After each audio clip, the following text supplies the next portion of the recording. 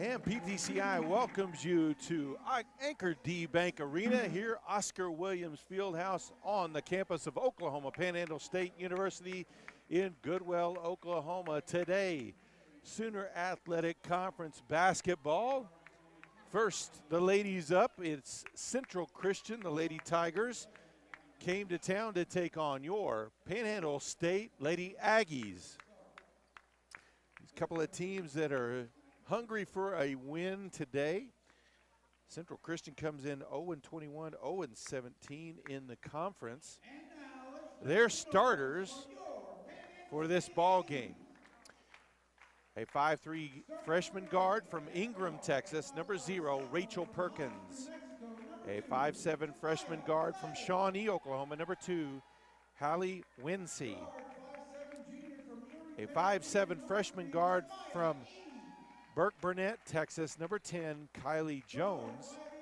A 5'9" freshman guard from Prague, Oklahoma, number 11, Maddie Rich. And a 6-foot senior forward from Bethel, Oklahoma, number 22, Rachel Stark. The Lady Tigers are coached by Matt Barrerio. And now the starters for your Lady Aggies. A 5'5" sophomore guard from Hobbs, New Mexico, number 2, Jemiah Clay. A 5'7" junior guard from Erie, Pennsylvania, number 3, Jemiah Edie. A 5'8" sophomore guard from Amarillo, Texas, number 15, Mariah Williams. A 5'6" guard from Philadelphia, Pennsylvania, number 20, Bené Butler. And a 6'3" senior post from Wiley, Texas, number 22, Morgan Williamson. Lady Aggies are coached by head coach Greg Ray in his first year. And his assistant also in their first year, Brandy Hinton. Lady Aggies come in with a record of 2-18, 2-15 in the Sooner Athletic Conference. So both these teams this semester still looking for their first win. So I'm sure we're going to get a lot of effort from both teams here today. Edie wing drive by Clay to the baseline, and she's fouled. Foul will be called on Winsey. That'll be her first. So Clay at the line, shooting 2.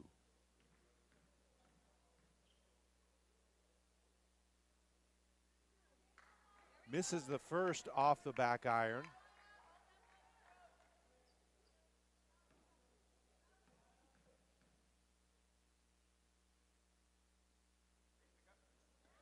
Rattles home the second, 1-0 the lead for the Lady Aggies. Full court pressure defense. Winsey brings it across the timeline, guarded tightly though by Williams. Ball back up top, Perkins with it. Back over to Winsey, comes off the screen. Steps back behind the three-point line, shot clock at 5. Stark faces up, dribbles in the lane. Back baseline side, puts it up, left is short.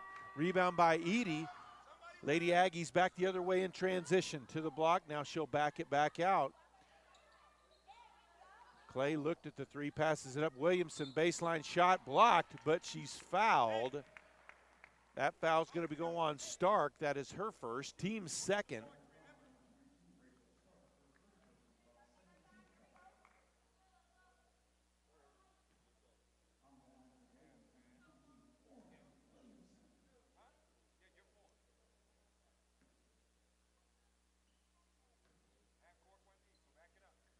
Morgan Williamson puts up the first free throw. It's off the back iron. 9:06 to play here, first quarter.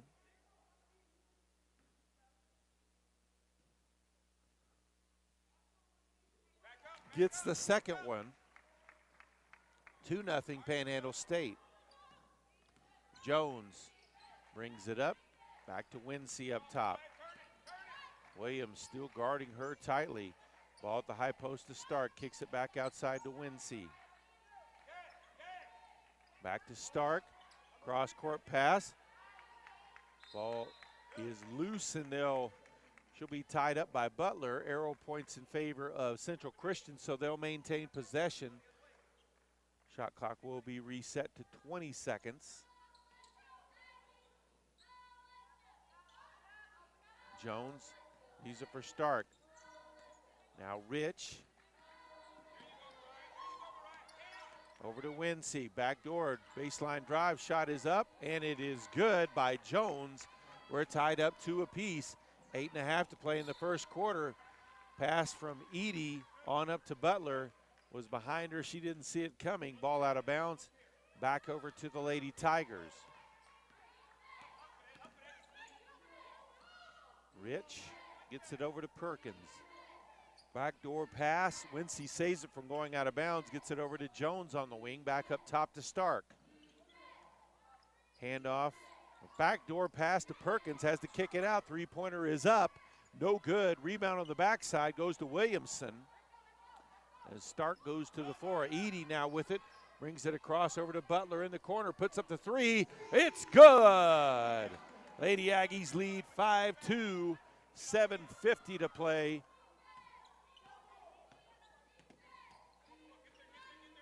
Jones, ball tapped away by Clay, fighting for possession of it, and she'll be called for the travel. And she tried to get away from Stark, fell down and kind of bounced, so ball back over to the Lady Tigers.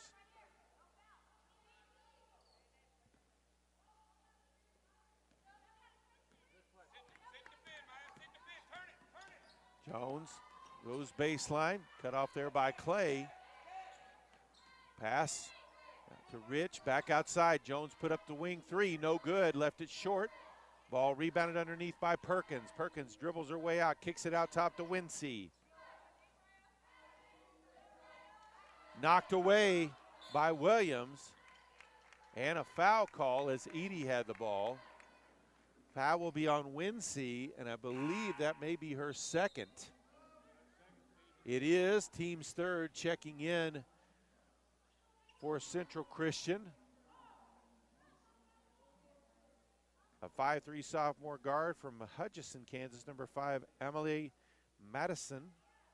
And also a 5'5" junior guard from Laredo, Texas, number 42, Abigail Contreras. Edie steps in the lane, puts up the floater, can't get it to go. Rebounded by Jones. Jones finally cut off, has to kick it outside. Drive, shot put up, no good. And that was by the 5'8" freshman guard from Hammond, Oklahoma, number 25, Micaiah Lovelace.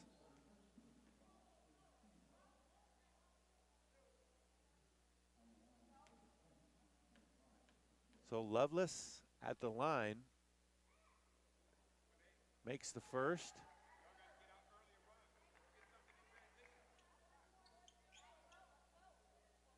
So Lovelace out of Hammond, Oklahoma, one of the powerhouse in small school, high school basketball here in Oklahoma. Ball knocked loose. Central Christian comes away with it. Contreras with it up top, kicks it over on the wing to Madison. Now to Jones. Jones looks to go baseline, and she's going to be cut off by Williams. They'll call the foul on Williams. That will be her second, team second. Several subs into the game, though. Stark comes back in, as well as Perkins for Central Christian. In for the Aggies. 5'4" senior guard from Hugo, Oklahoma, Tatum, number 4, Tatum Jones.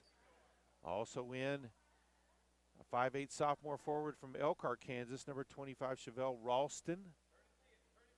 A 5'5" junior guard from Perryton, Texas, number 30, Grayson Mosley.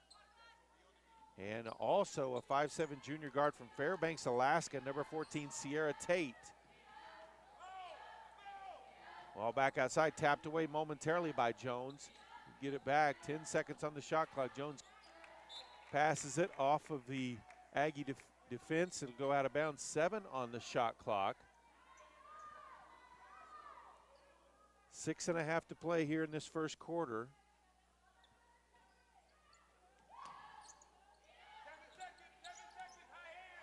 Stark with the 3, misses everything. Ball out of bounds, back over to the Lady Aggies.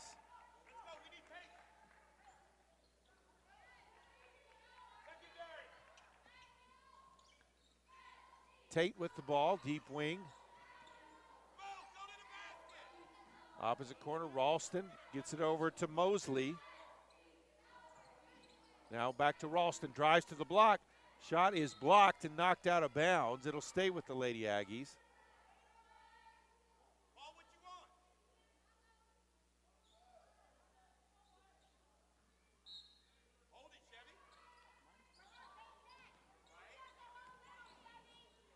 Mosley with it in the lane to the block, puts up the shot, no good.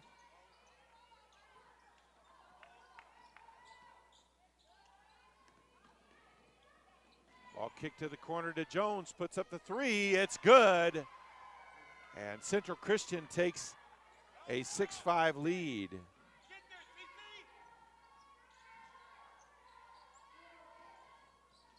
Drive to the basket by Tate, no good, left it a little short. Rebounded by Jones.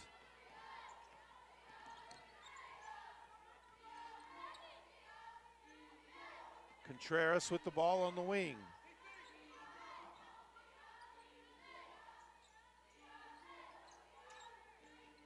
Ball to the high post to Stark. Faces up. Williamson guards her tightly. Shot clock blocked by Tate from behind. Actually by Jones, but she's going to be called for the foul. Did get her a little on the arm. That's her first, team's third. A couple of subs in for Central Christian as Jones and Rich return to the game.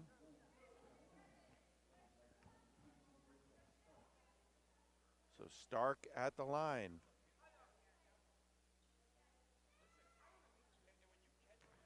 Makes the first.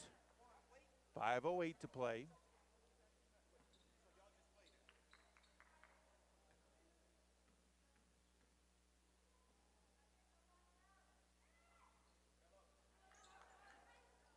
In and out on the second.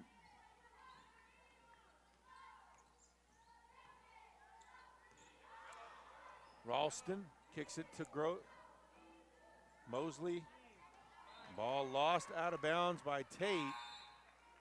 And ball back over to Central Christian. Checking in a 5'6" junior guard from Oakland, California, number 5, Bianca Camello.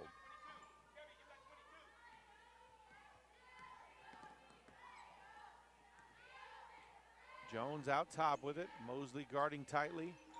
Backdoor pass is put up. Fouled on the shot. That's going to be on Tate. That'll be her first, team's fourth.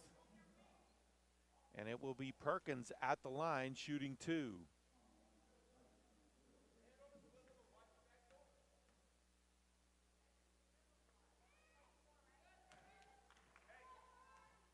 First free throw is good.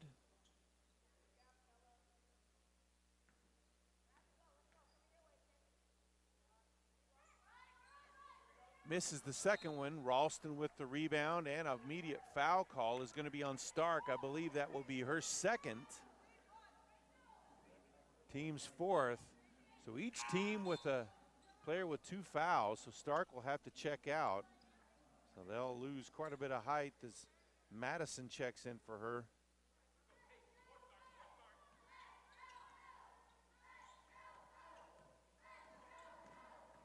Drive in the lane by Camello. Ball outside, too strong, out of bounds, back over to Central Christian.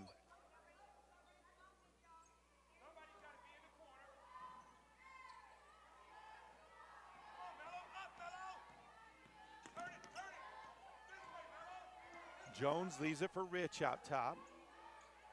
Madison. Backdoor cut. Pass to Jones, lays it up and in. Timeout on the floor. 4:15 to play here in the first quarter. Lady Aggies a little sluggish coming out. They trail 10-5.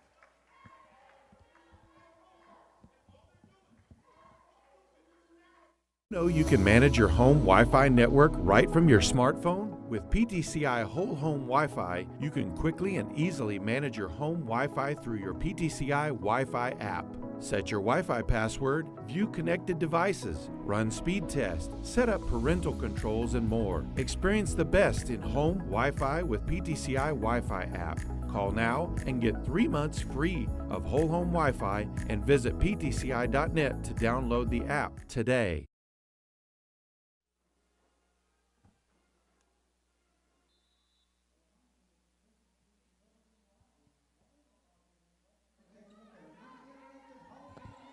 Tate with the ball out front for the Lady Aggies. On the wing to Jones. Quickly to the baseline. Ralston puts up the 15-footer. It's good. 10-7 now the score. 4 minutes left here, first quarter. Jones behind the back. Lisa for Rich. Perkins.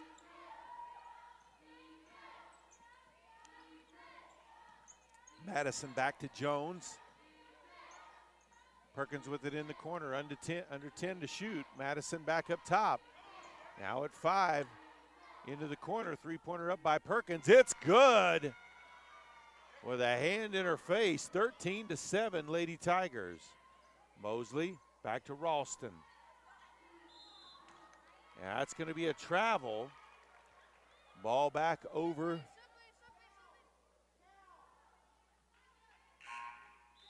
Couple of subs in for the Aggies as Edie returns. And into the game also for the first time, a 5'7" junior guard from Manchester, Great Britain, number 11, Chloe Andrew. Jones on the wing, guarded there by Edie, gives up her dribble to Madison. Looks to go baseline, cut off there. Ball tipped by Edie, and then last touch by Jones and out of bounds. Ball back over to the Lady Aggies. 3:06 left first quarter.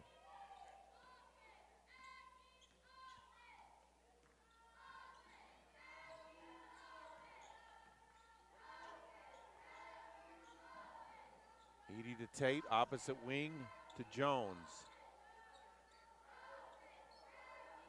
Andrew kicks it over, and Camello puts it up and in. 13-9, 2:45 to play.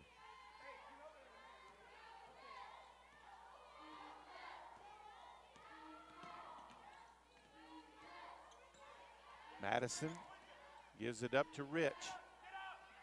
Lovelace with it now near midcourt. Spins back in the lane, puts up the shot, left it too close, hit the rim. Got the rebound though, back outside. Three-pointer up by Perkins. She drains it, nothing but net. 16-9 now the lead for Central Christian. Edie with the ball, that's going to be a foul on Perkins. Checking into the game for the Aggies, a 5'4" junior guard from Guyman, Oklahoma, number 13, Joe Quintero.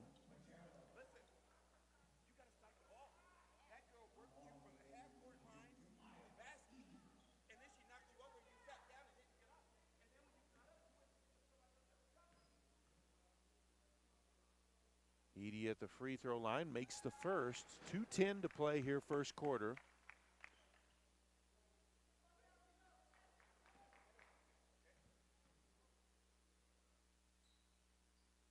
Second one good as well.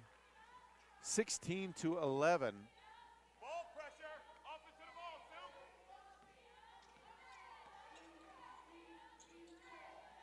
Ball on the wing to Perkins. Lovelace with it now.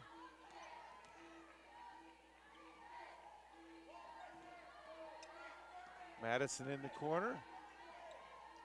Ball stolen away by Quintero. Saves it as she's falling out to Camello. Cross midcourt into the corner. Edie looks to drive, kicks it back outside to Jones. Jones baseline, kicks it back to Edie. Drives in the lane, puts up the short floater, it's good. 16-13, timeout with 1:27 left in the first quarter. Central Christian leads Panhandle State 16-13.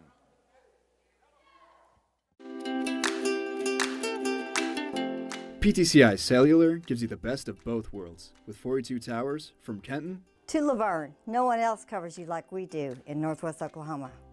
And when you travel across this great land, PTCI's nationwide partners keep you connected. Experience the best service today. 800-562-2556 or visit ptci.net. Contract buyouts are available. Some restrictions may apply.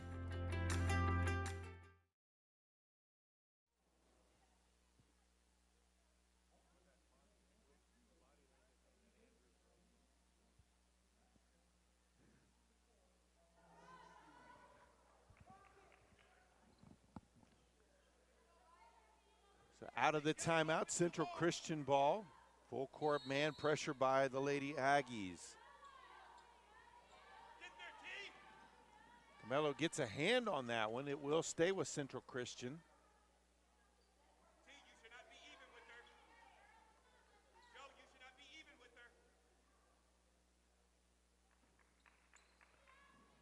Ball inbounded to Jones. Brings it across midcourt.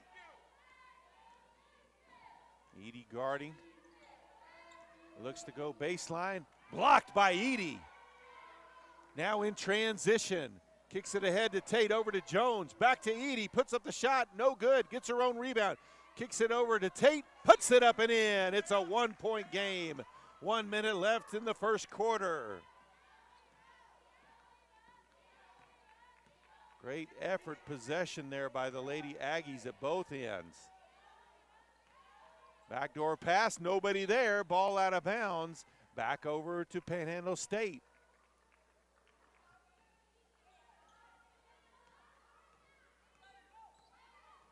Jones brings it up. Hand off to Quintero. Quintero with the drive in the lane, puts up the left-handed shot. Can't get it to roll in.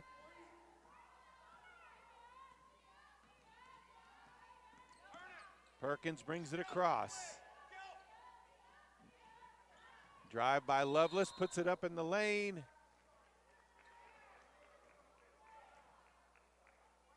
Foul will be on Quintero. That'll be her first, team's 5th foul. So Lovelace at the line again for 2 shots.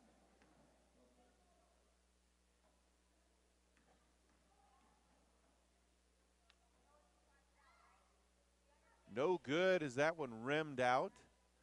23.3 left.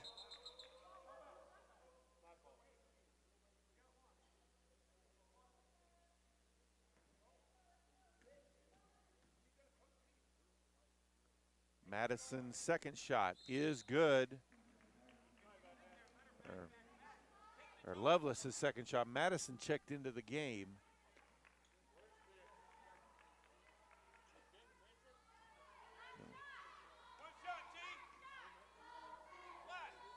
So Jones holds it out top.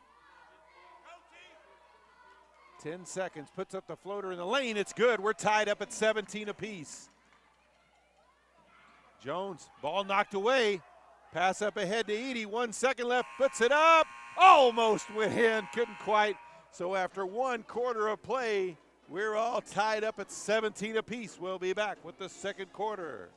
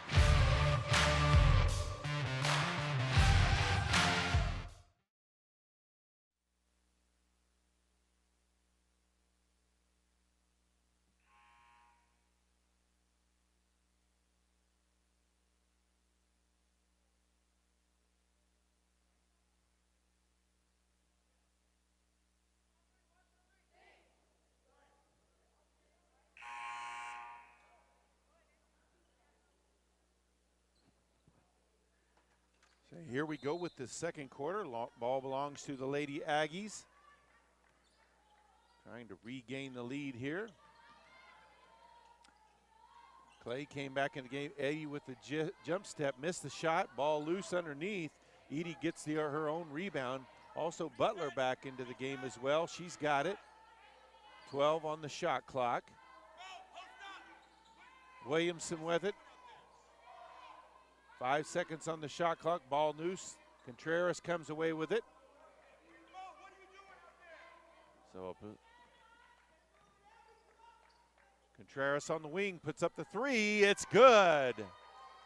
20-17. Now the lead for the Lady Tigers. Edie gets the screen from Williamson, gives it back to her on the baseline. Puts up the shot, no good. That's going to be a foul on Clay.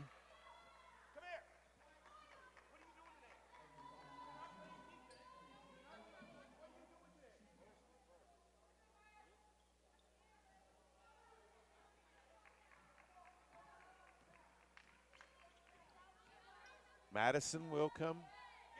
The ball gives it up to Winsey. Oh, knocked away by Edie on the steal. She'll pick it up, takes it in left-handed, lays it up and in. 1 point game.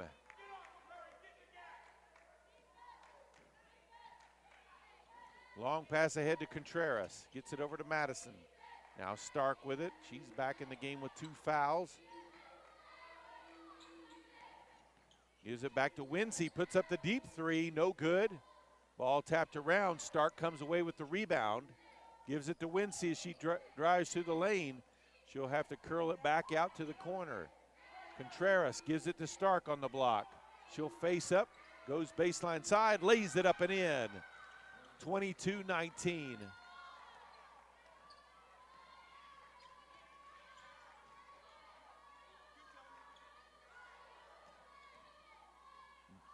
Butler puts up the three, no good. Rebound on the backside by Winsey.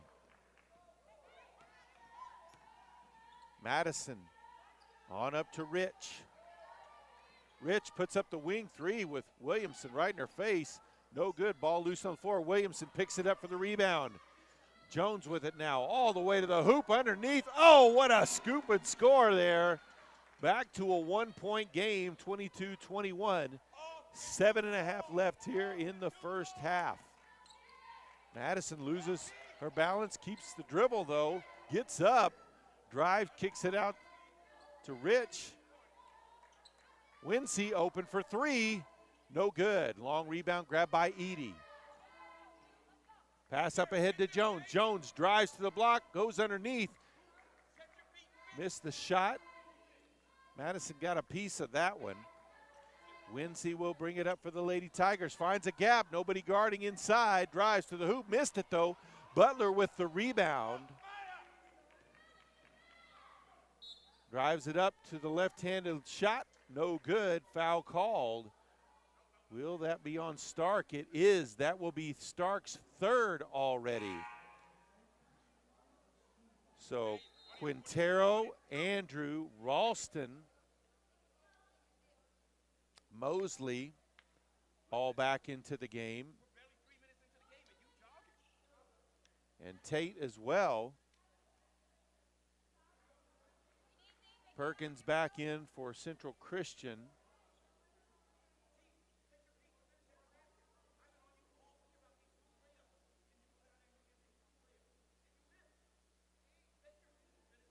Referees, I think they're discussing who that call was on. They did call it on Stark. They're going to change it to Rich. So that will mean Stark only has 2. And Rich, not sure if she has 1 or 2. First free throw by Butler is good. We're tied up at 22 apiece. In and out on the second one. Ralston will be called for the foul on the rebound.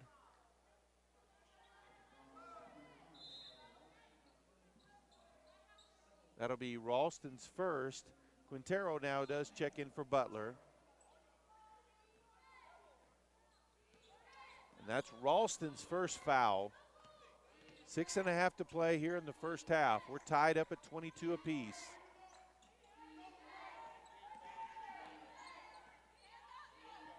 Perkins with the ball, looking to drive, kicks it out to Madison. Three-pointer from the corner, no good from Perkins. Rebound chased down by Andrew. And long pass stolen by Perkins back the other way. Tate's trying to be in position defensively. Madison with the rebound though. Gets it outside to Jones, who drives and banks it home. 24-22. Long pass ahead, gets past Mosley, tries to save it.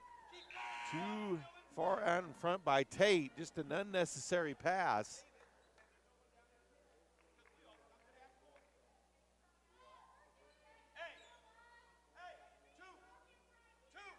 Stark checks back into the game with those 2 fouls as Rich goes back to the bench. Madison.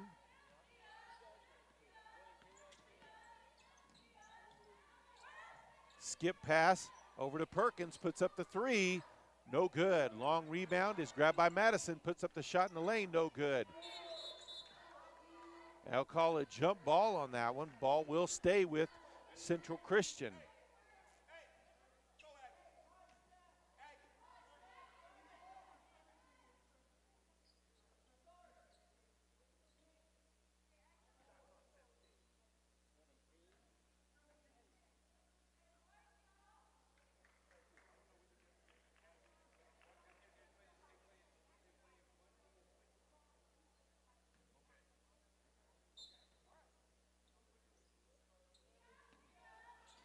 Inbounded into the corner to Stark, back out top to Madison. Now Perkins on the wing. Look to drive, cut off. Shot clock is now at 7. Baseline drive by Jones, puts it up, blocked there by Ralston. Rebound though by Lovelace. Her pass outside went out of bounds. Ball back over to Panhandle State with 5:17 to play. In the first half, they trail by 2. Mosley looks to spin, lost it for a second. Stolen away, though, by Jones.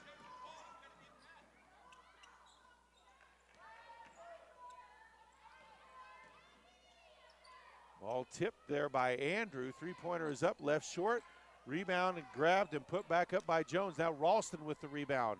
Long pass ahead to Andrew. Andrew has it stolen, gets on the floor to get it back, though. Madison comes away with it, though.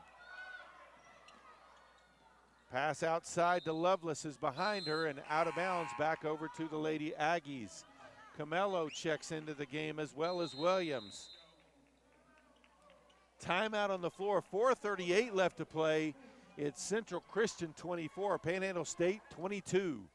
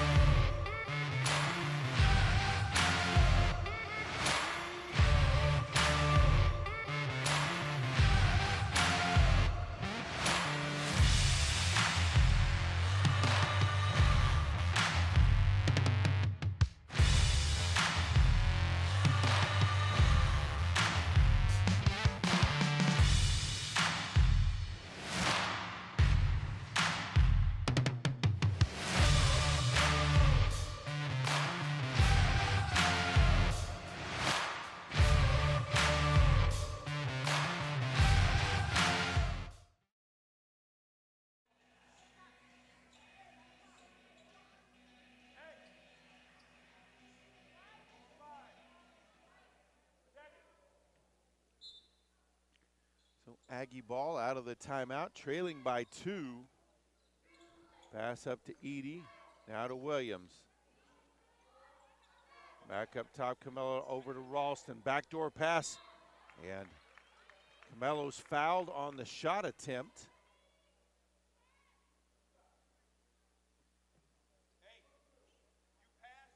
Foul was on Winsey. That will be her second. Third, actually, on Winsey. Team second of the quarter. Camello's first free throw, no good.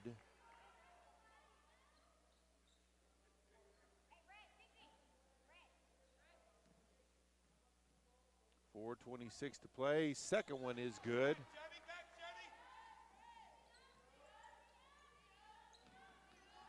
Lovelace Gets it over to Perkins, who gets it across the timeline. Tate guarding tightly. Backdoor pass, intercepted by Ralston, gets it to Edie. Aggies in transition to the block, puts up the floater, can't get it to go. Rebound on the backside by Lovelace.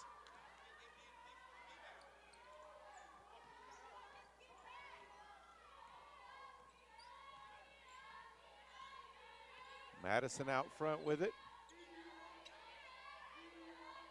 Over to Lovelace. High post to Stark. Faces up, backdoor pass to Lovelace. Shot blocked by Ralston. Ball out of bounds, back over to Panhandle.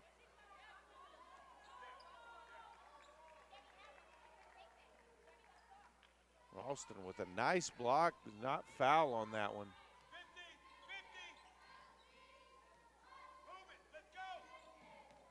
50, 50. Camello gives it to Williams, now to Ralston.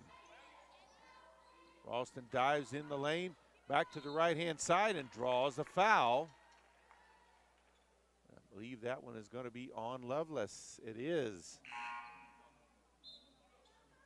Rich will check back into the game for Lovelace. That'll be her first foul, team's third.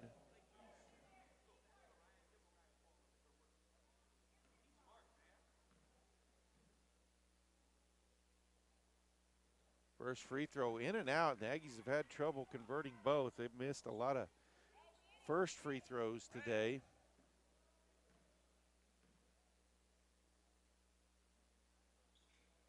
Does get the second one. Tied up at 24 apiece, 3:23 to play. Ball across midcourt to Stark.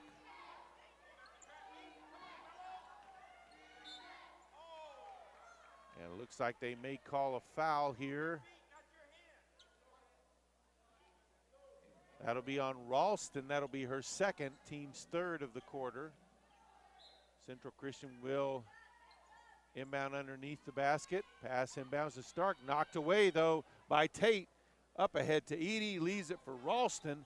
Had it stripped by Madison. Not sure why Edie passed that one.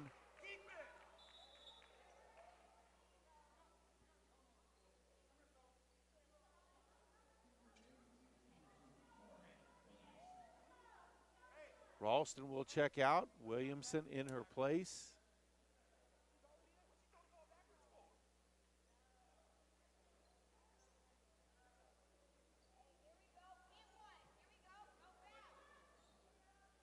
Full court pressure by the Lady Aggies, looking to trap. Pass across to Perkins, now to Stark in the corner. Looks to go baseline, cut off by Williams. Long pass out front. Madison chases it down before it gets to midcourt. Contreras, high post to Rich, drives to the bottom block, knocked away by Williamson. Williams comes away with it. Aggies have numbers all the way to the basket. Lays it up and in is Tate. And the Aggies take the lead, 26-24. 2.5 to play here before halftime.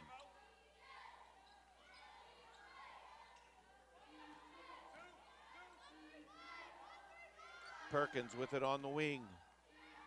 Now to Contreras. Rich in the lane. Down to Stark. Nice pass. Tied it back up at 26 apiece. 2:10 left. Camello with the drive. Dumps it off to Williamson. No good on the shot. Stark with the rebound.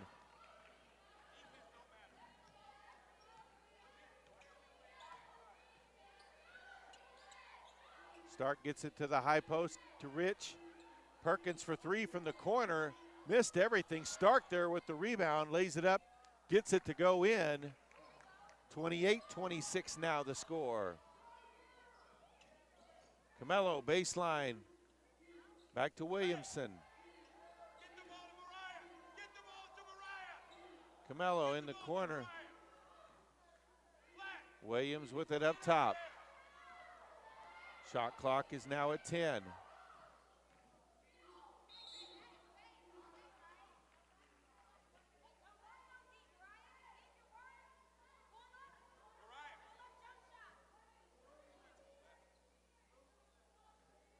Foul will be called on Rich. Jones and Lovelace return to the game. That's 1 on Rich.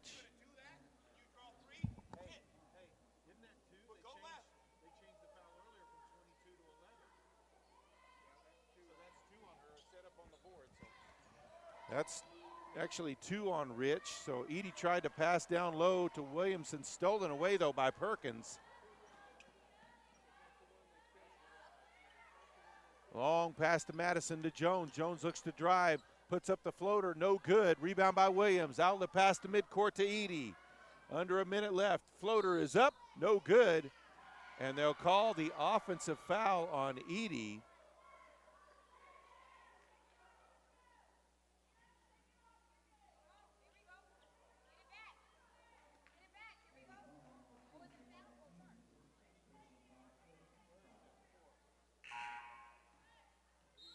That's Edie's first, team's 4th.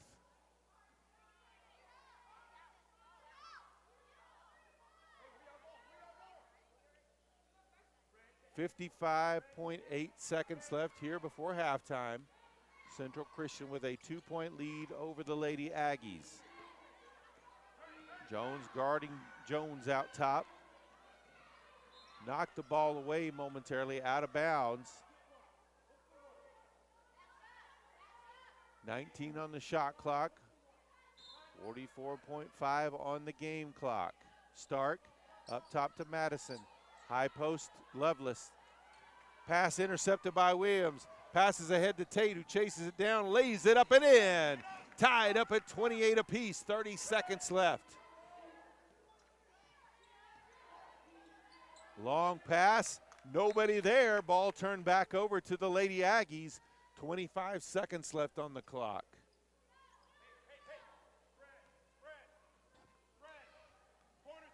Jones will walk it up. Shot clock is off. Jones with it again. Clock at 12. Camello with it now.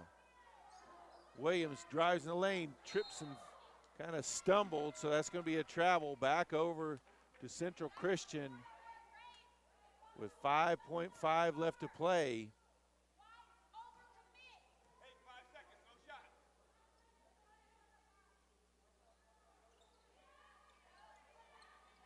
Ball inbound to Madison. Quickly back to Jones, up to midcourt. And a foul call. That's going to be on Jones. Just an unnecessary shot. He's taking a circus shot with 0.4 left on the clock.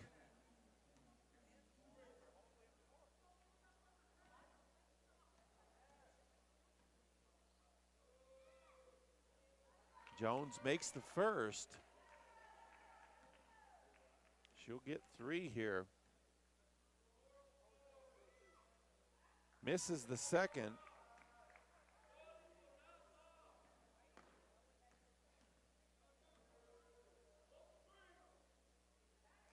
Makes that one. She's got 8 points now. Make that 9. And so we head to the half. It's the Central Christian Lady Tigers 30. The Panhandle State Lady Aggies 28. We'll be back with the second half.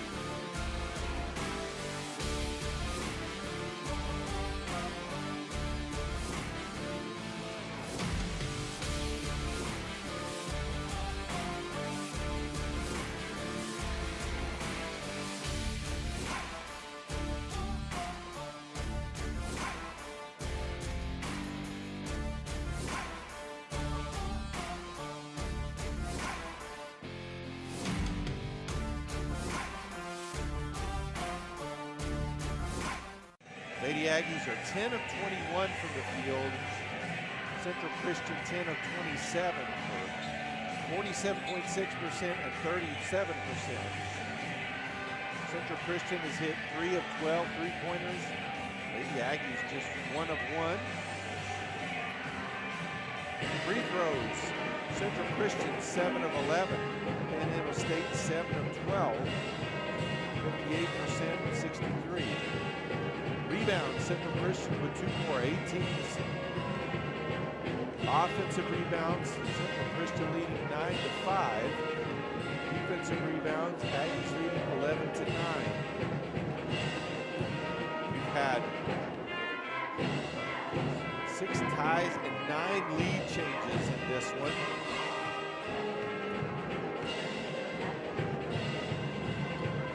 Biggest lead was Central Christian led by 6 at one point. Aggies led by 3 at one. Central Christian with 7 assists as a team compared to only 3 for the Aggies.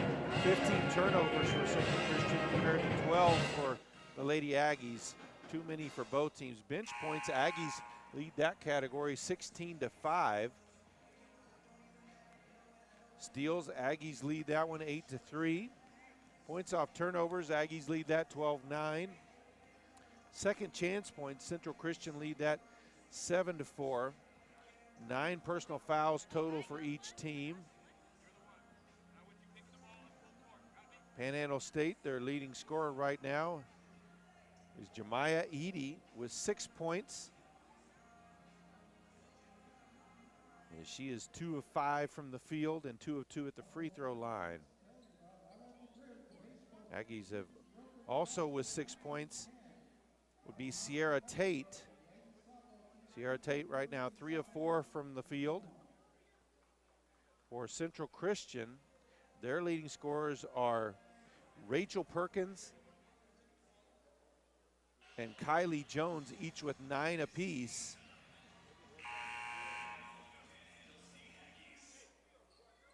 Madison, really the shortest person on the court, is their leading rebounder with 4. She's tied with Edie, who's got 4 for the Lady Aggies. And here we go with the second half of play. Both teams get their final instruction from their coaches. Back out on the court. Don't forget, after the game, we'll talk to head coach Greg Ray about this game. Central Christian with the ball. Ball on the wing. There's a spin back to the baseline. Pass across. Intercepted by Tate. Up quickly to Williams. All the way to the block. Spins in the lane. Puts up the shot. No good. Rebounded, though, underneath by Lovelace. Back the other way.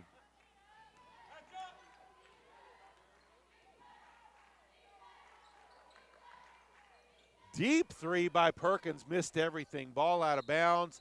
Back over to Panhandle State.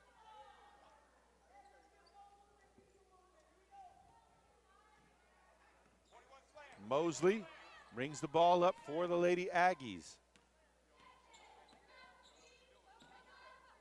Leaves it for Jones. Now to Tate. Now Williams with it, dribbles. Mosley with it now, 12 on the shot clock. Back outside, three-pointer up by Jones. It's good! Lady Aggies take the lead, 31-30, 1 minute into the second half.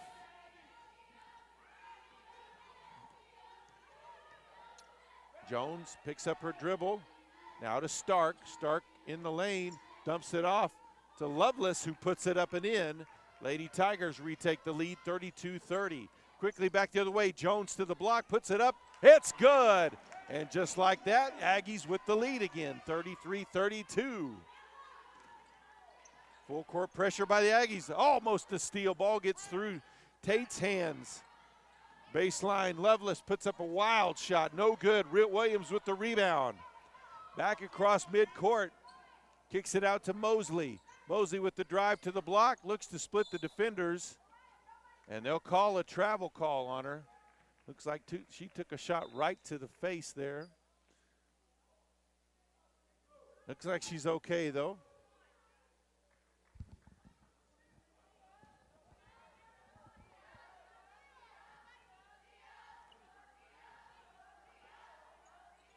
Jones passes up to Stark, and she'll get it to Perkins across the midcourt stripe.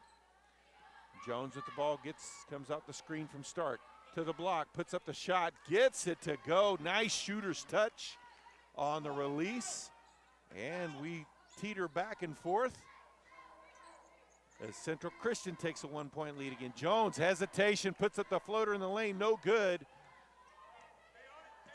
Jones comes away with it for the Lady Tigers. Picks up her dribble a little early though. In trouble, gets it off to Stark. Back to Jones across midcourt. Ball outside to Lovelace. Stark to the baseline to Perkins. No good on the shot. Rebound. Up ahead to Tate. Jones open on the wing for a three. Off the front of the rim. Williams with the rebound. Takes it up. Draws contact, but no call.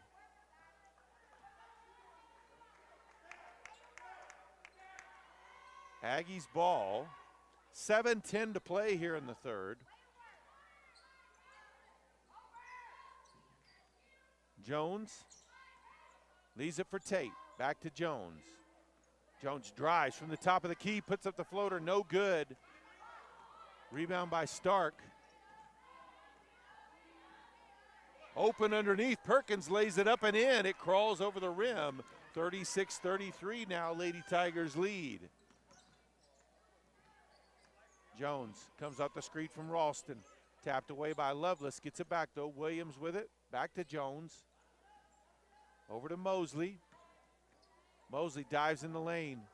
Spins underneath. Ralston baseline shot from 15 is good. 36-35. 6.5 to play.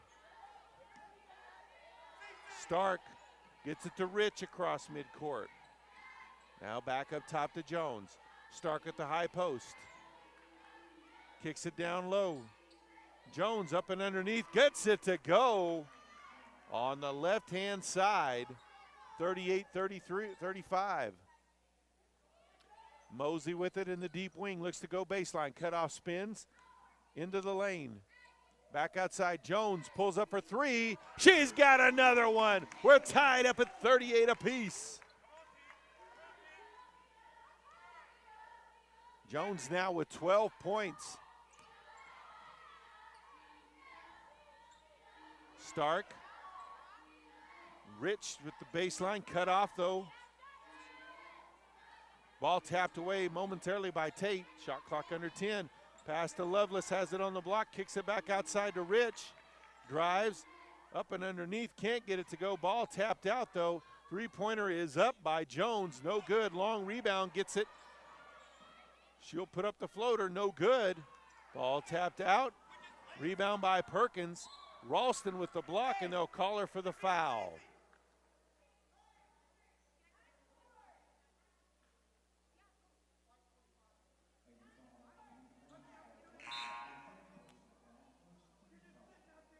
So Edie and Clay come back in for the Aggies. Wincy, Contreras back in for the Lady Tigers.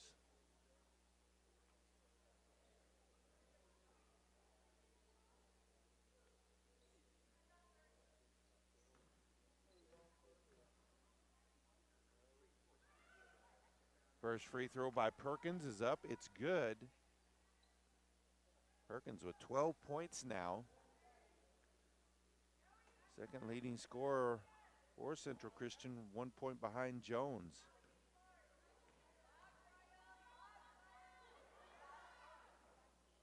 Gets that one to go as well as Madison checks back into the game for Perkins. 40-38, Central Christian leads.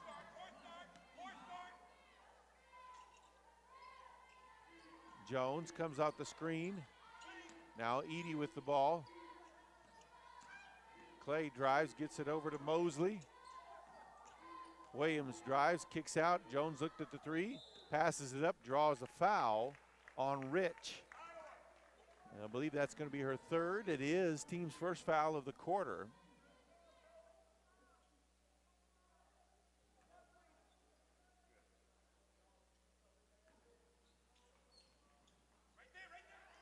Ball into the corner. Jones, and another foul call. Looks like that one's going to be on Rich as well. So that'll be 4 on her. Team second. She'll check out. Lovelace will take her spot. Lovelace was actually waiting to come in for her already, so unfortunate foul call for her. Baseline floater is up, too strong. Edie tried to save it, but out of bounds it goes. Clay's shot just way too strong. Lady Aggies with a 1-2-2 full court press.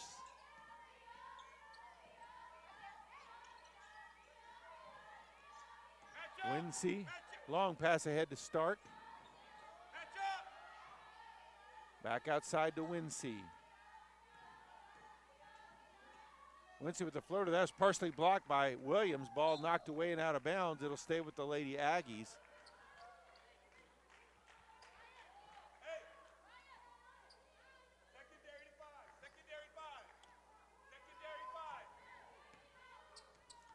Mosley out front. Comes off the screen, goes to go baseline, puts it up, and draws the foul on Madison. So Mosley to the line for 2 shots. That'll be 1 on Madison. Team's 3rd foul.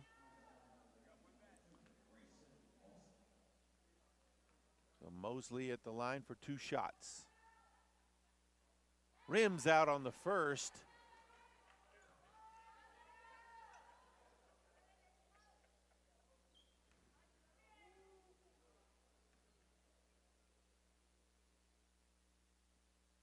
Second one's good.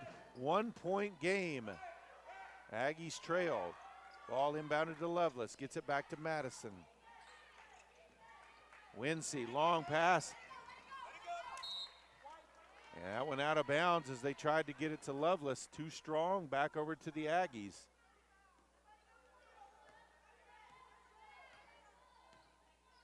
Jones with it on the wing. Faces up. Comes off the screen. Gets it back underneath to Clay, who banks it up and in. Aggies take the lead, 41-40. Stark with it, brings it across the timeline. Gets it ahead to Contreras.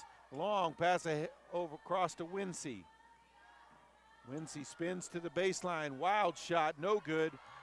Rebound by Jones, or actually by Clay. Gets it to Edie, drives to the block, puts it up, gets it to go! The circus shot goes. She's fouled. She'll go to the line for the and 1. Foul is going to be on Stark. And I believe that will be her 4th.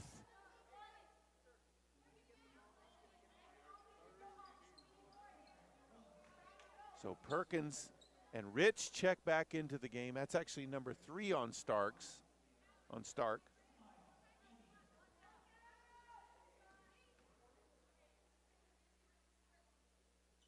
Edie converts the 3-point play. We've got a timeout on the floor. 3:25 left to play here in the 3rd quarter. Panhandle State leads Central Christian 44-40.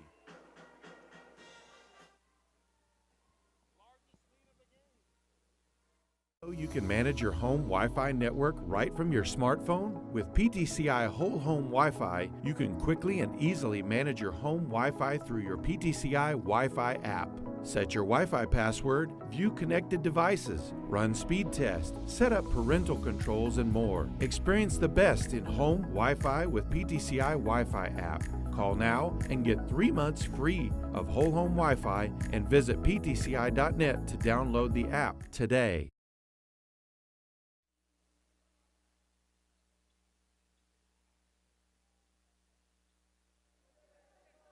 So out of the timeout, Central Christian ball. Lady Aggies with their largest lead of the game by 4. Got Madison in trouble, gets it off to Perkins. Almost a steal there. They're able to get it across to Contreras. Perkins puts up the deep 3, no good. Williamson with the rebound. Jones on the wing.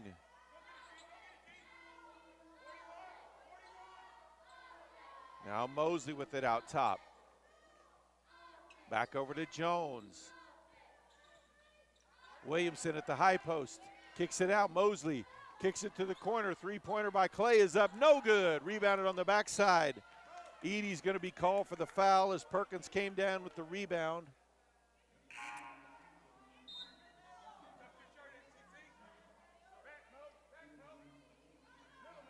So Camelo checks back in as well as Tate. That is Edie's second foul, team second.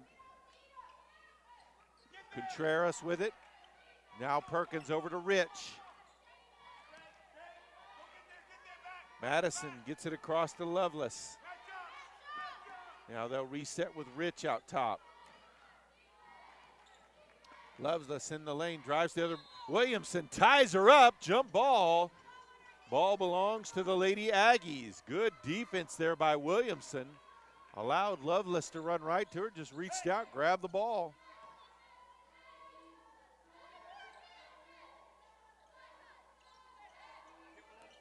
Jones out top with it, calls out the play. Gets a screen from Williamson. Now over to Tate, drives, puts up the floater in the lane, no good.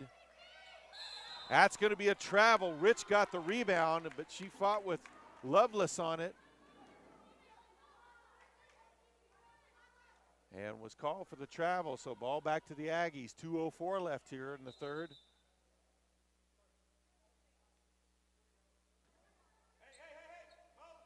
Reset the shot clock at 30. Into Williamson. Shot in the lane, can't get it to go, gets her own rebound, kicks it out. Camelo with the drive, kicks outside to Jones. Baseline hesitation up underneath. Camelo for three, no good. And rebounded by Perkins, and Jones is going to be called for the foul.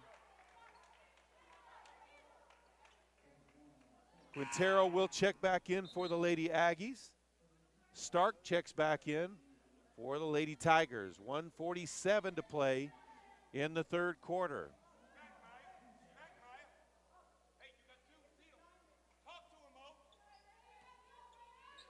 Full court pressure again. Rich wasn't ready for that pass. Gives it back to Madison. Now to Perkins. Madison passes it to Stark across midcourt, so they get it across the timeline. She'll leave it outside. Al Perkins with it on the deep wing. Back to Stark. Stark drives in, banks it up and in. 44-42. Looks like she's got a bit of a quickness advantage over Williamson. Quintero drives, kicks out. Camelo for three. 46-42. I guess that was just a two.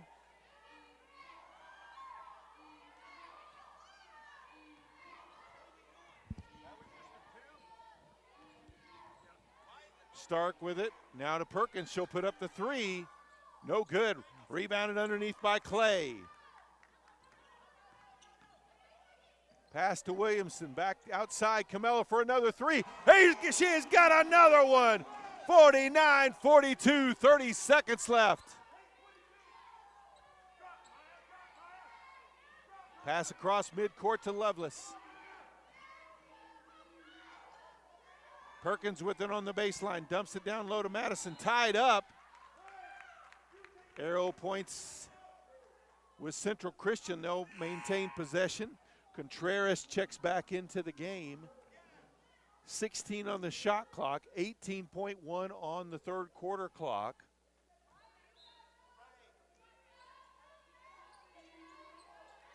Pass out top to Stark.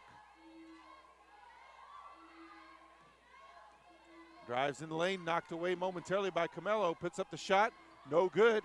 Ball loose on the floor. Grabbed by Clay, 6 seconds left. Races past midcourt. Puts up the three and left it short. So after 3 quarters of play, Panhandle State with their largest lead of the game. They lead Central Christian 48-42. We'll be back with the final stanza.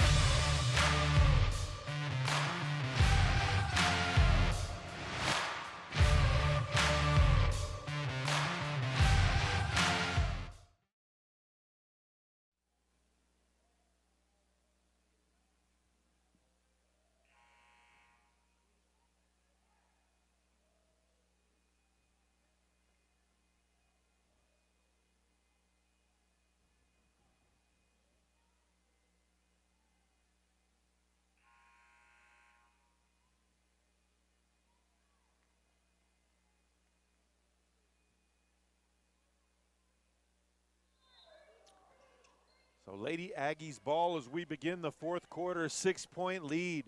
Quintero with the ball on the wing, gets a screen from Williamson. Dives inside the lane, down low to Williamson, can't control it, ball out of bounds.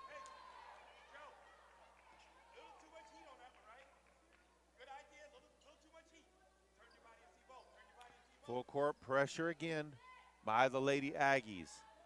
It's helped to push the pressure. They outscored Central Christian 22-12 in that third quarter. Looking to trap.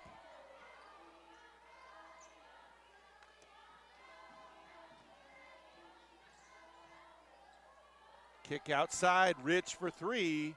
No good. Rebound on the backside by Clay. Lady Aggies in transition now. They've got numbers. Shot in the lane by Clay. Banks it home hard. 50-42.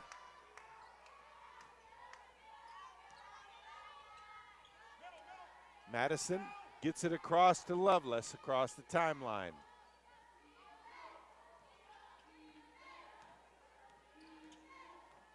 Stark to the block, baseline side, puts up the floater, no good. Rebound by Camello. Aggies looking to push again, all the way to the block, kicks out. Shot is up by Clay, no good. Lovelace with the rebound.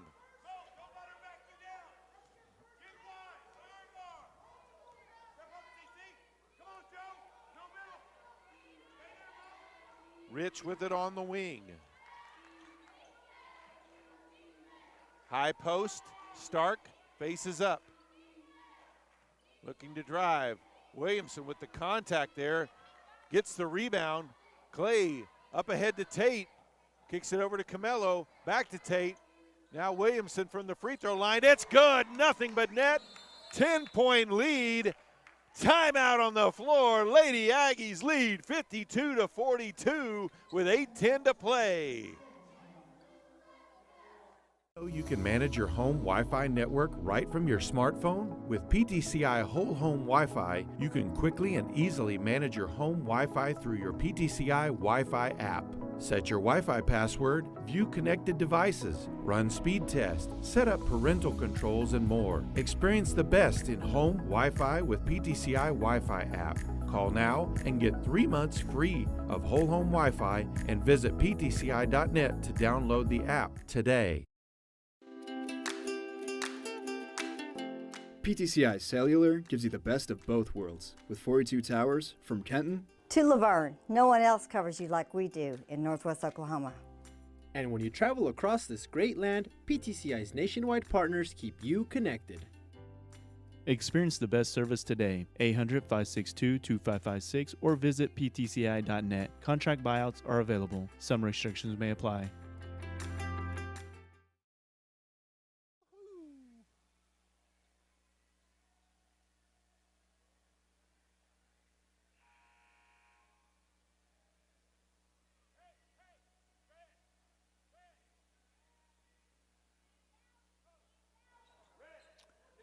So out of the timeout, at Lady Aggies leading by 10, their largest lead of the game.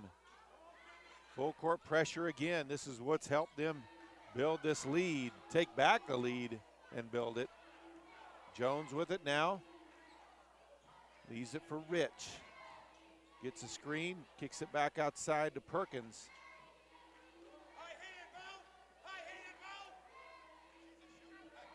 Jones with it now. Shot clock is at 5. Not sure she realizes it. 3. Puts up the floater. Williamson with the block. Clay grabs the loose ball. Back the other way for the Lady Aggies. They push inside to Williamson. Back outside. Camello for 3. No good on that one. Perkins with the rebound.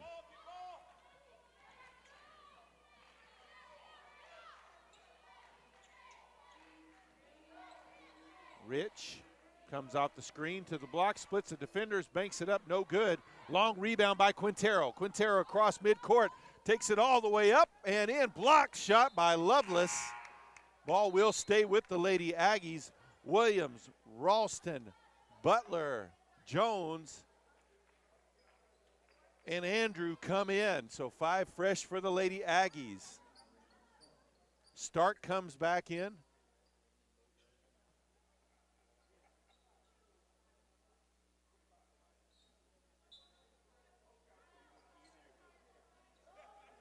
Ralston puts up the three.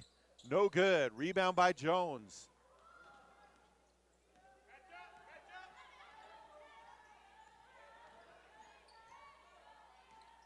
Stark with it now.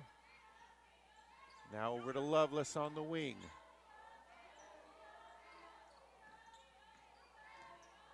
Backdoor pass, spin in the lane by Jones. No good on the basket, but does draw the foul. Had contact with several Lady Aggies. They will call it on Jones. That's her fourth. Team's first of the quarter. First free throw is good.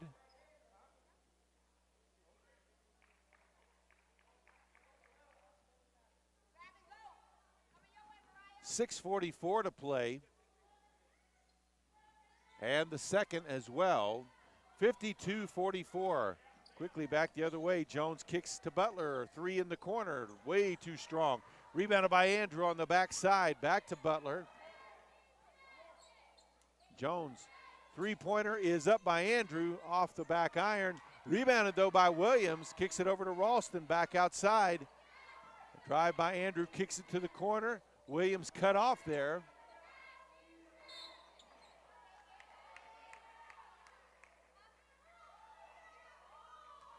Jones is going to be called for the foul. That's her first, team's first of the quarter. 6:18 to play. Butler puts up the wing three. It's off. Rebound by Stark.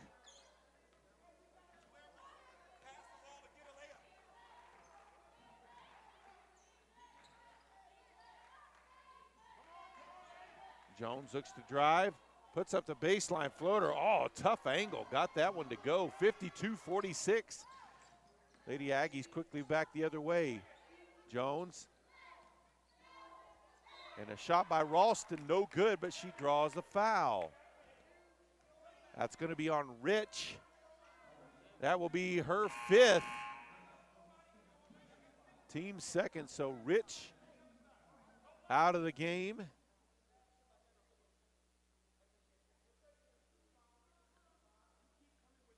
Rich checks out of the game with 2 points, 4 rebounds on the day.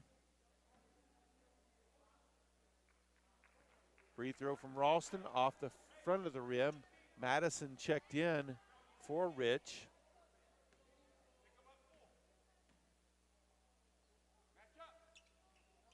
Ralston makes that one. She's got 6. It's 53-46. 5:48 left to play. Full court pressure by the Lady Aggies again, and that's going to be a foul on Butler.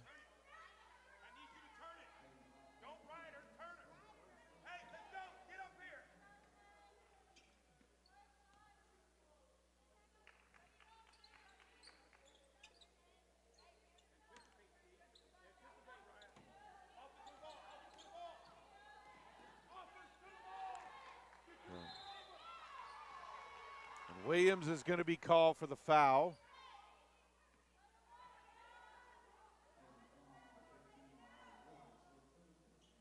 That'll be her third, team's third.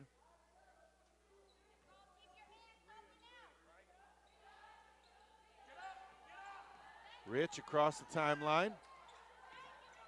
Kicks it outside to Perkins. Perkins with the drive. Baseline pass knocked away. Perkins saves the possession, though. Shot clock at 4.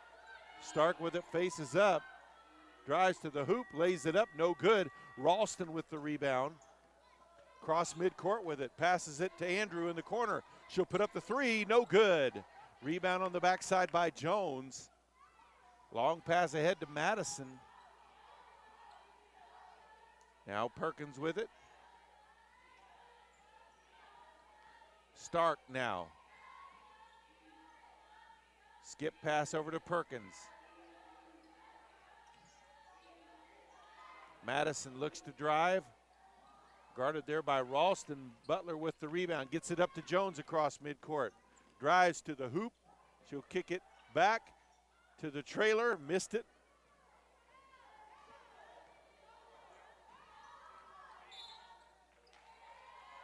and stepped out of bounds, Jones, so that's an unnecessary turnover as Tate and Edie check back in.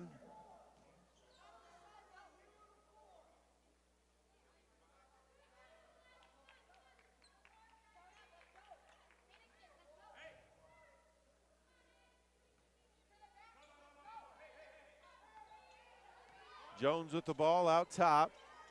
7-point lead for the Lady Aggies. Comes off the screen from Williams. Pass back to Williams. Edie gives it up to Tate. She'll take the top of the key three. No good. Long pass ahead to Jones. Jones there to defense. Knocks it away. He'll slow down the approach now. Three-pointer is up. Left it short. Rebound by Williams. Outlet pass to Edie, up to Jones, lays it up and in. Good transition offense. 55-46, under 4 to play. Edie taps that one out of bounds. Contreras will check into the game.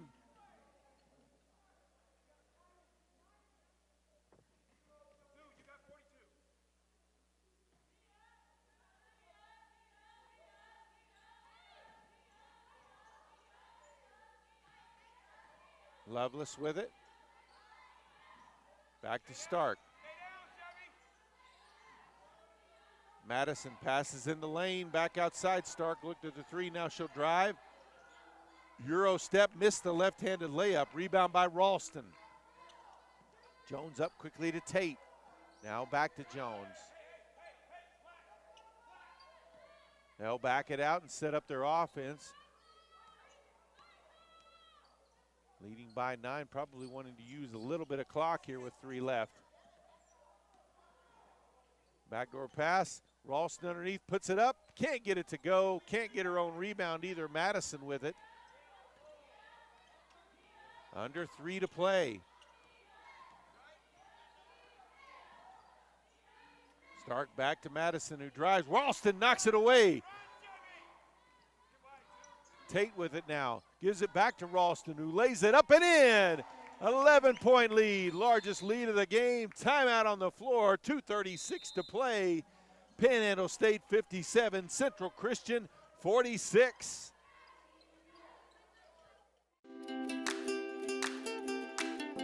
PTCI Cellular gives you the best of both worlds with 42 towers from Kenton To Laverne, no one else covers you like we do in Northwest Oklahoma. And when you travel across this great land, PTCI's nationwide partners keep you connected. Experience the best service today. 800-562-2556 or visit ptci.net. Contract buyouts are available. Some restrictions may apply.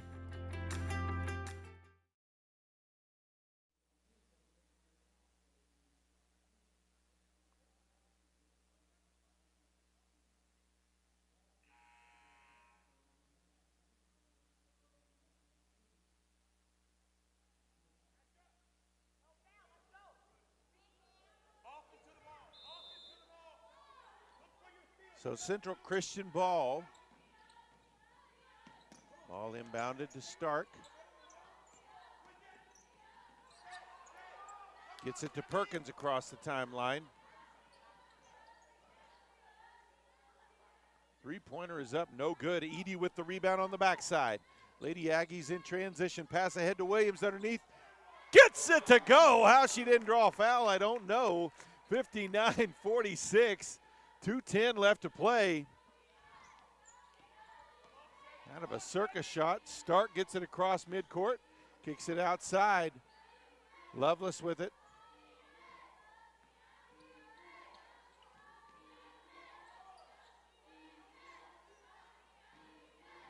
Lovelace with it again. Looks to go baseline. Cut off by Williams. Back outside to Stark. 5 on the shot clock, drive to the block, puts it up, no good. Ball knocked out of bounds.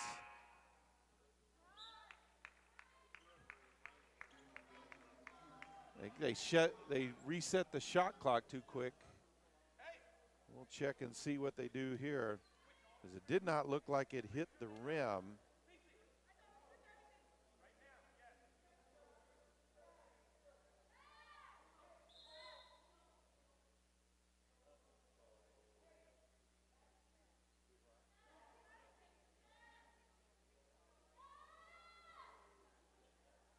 they'll set the shot clock. Remember, we've got the men's game coming up. We'll also talk in between games with head coach, Lady Aggies head coach Greg Ray about this one. Step up. Do it towards me. Now towards the stack. There you go, right there. Get in there, Mello. Tight, Mello. Lady Aggies will head out on the road next week, February 9th. They'll play at John Brown and then in Oklahoma City on the 11th. Shot is up, no good, missed everything. Shot clock violation, ball back over to the Lady Aggies. Next time, Lady Aggies do have 2 more home games, February 16th and 18th. They'll take on Texas Wesleyan and University of Science and Arts of Oklahoma. Drive by Clay, shot is blocked by Lovelace. Shot on the baseline, no good. Long rebound, grab by Tate. Now Jones with it. Aggies can take some time now. 1:20 left to play. They lead by double digits.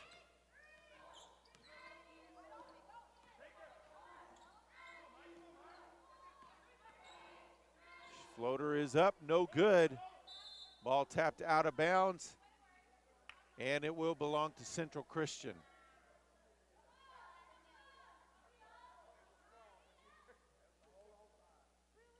.102 left.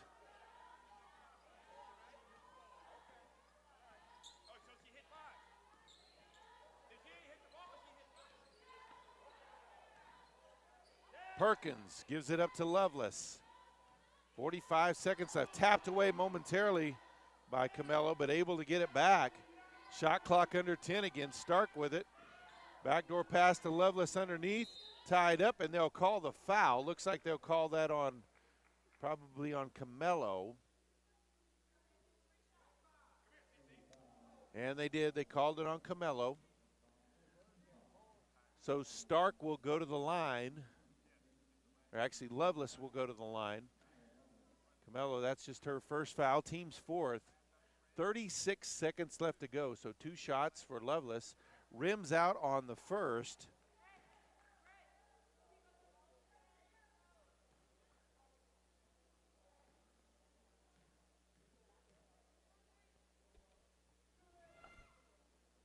Second one is good. 59-47. Tate will bring it up. And really, there's no reason to be in a hurry. Stand out at midcourt if they're not going to come guard you. Jones with the ball. Over to Edie. About a 5-second difference between the game clock and the shot clock. Camello with it. Now back to Tate. Drives in the lane, puts up the left-hand shot, no good, tapped away. 8 seconds left. Edie can hold on to it, and that's going to be the game.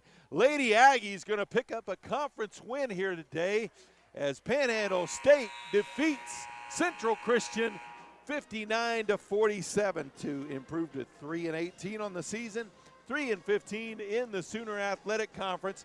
Stick around. We're going to talk to head coach Greg Ray after this victory.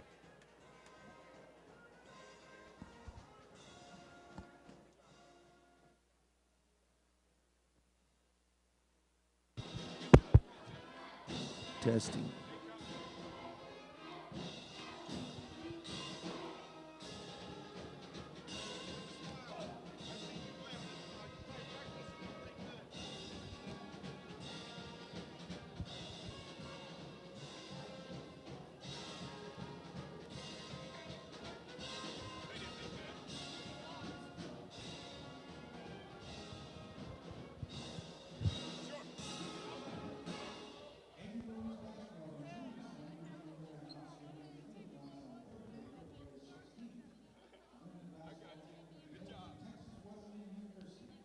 And we're here with a victorious head coach, Greg Ray. Coach, it's always good to have one no matter what happens in the win column, right? Yep, it was ugly. It was ugly. I don't know what it is. When we were at their place, we started the same way. Got down early, had to fight our way back to get it close at halftime. And then after halftime, we came out and just kind of ran them out of the gym. I was hoping that was going to be the recipe for today, but we would start quicker in the first quarter. But, you know, we've been third game in 6 days. We haven't practiced in between, just because the bodies have been sore and things of that nature. So, of course, there's going to be some rust, and we're just fortunate that the rust didn't slow us down today. Well, and, I can't remember what your shooting percentage was, but it wasn't great today and everything. But where you really picked it up was on the defensive end. You guys, that second half, you went to that full court pressure, and it seemed like it changed the mindset and the focus. Yeah, ultimately that's where we want to be. We want our defense to dictate our offense, and once we understand our defensive rotations and how we can run and jump and get those loose balls and go the other way, then that'll create easier offense for us on the other end. So that's where our focus has been over the last couple of weeks, is trying to slow teams down, and I think they're finally getting there. Well, Coach, of course, you guys are really out of the playoff race here, for the conference tournament and everything. What's your focus going into these? You got one more road trip and one more home set. Right. Just trying to wreck somebody's season? Not necessarily. I mean, if that happens, then that happens. Of course, we've got a lot of payback, you know what I mean? But we're just basically trying to get better every single day, every single game. We understand that this year was going to be what it is, and we're okay with that. But we want to see improvement every single day. And I think if you've watched the last few games, you can see that. Of course, with the Wayland Baptist and the MacUs, those were two quality teams that we're just not at that level yet. But if we can get the players that we have here to understand what it is we're trying to get to, and then next year add to it, and the following year add to it, I think we're going to have something really special. All right, appreciate your time, Coach. Congratulations on the win. Right, we appreciate you guys. We'll be back with the men's game here in just a moment. You can manage your home Wi-Fi network right from your smartphone. With PTCI Whole Home Wi-Fi, you can quickly and easily manage your home Wi-Fi through your PTCI Wi-Fi app. Set your Wi-Fi password, view connected devices, run speed tests, set up parental controls, and more. Experience the best in home Wi-Fi with PTCI Wi-Fi app. Call now and get 3 months free of whole home Wi-Fi and visit ptci.net to download the app today.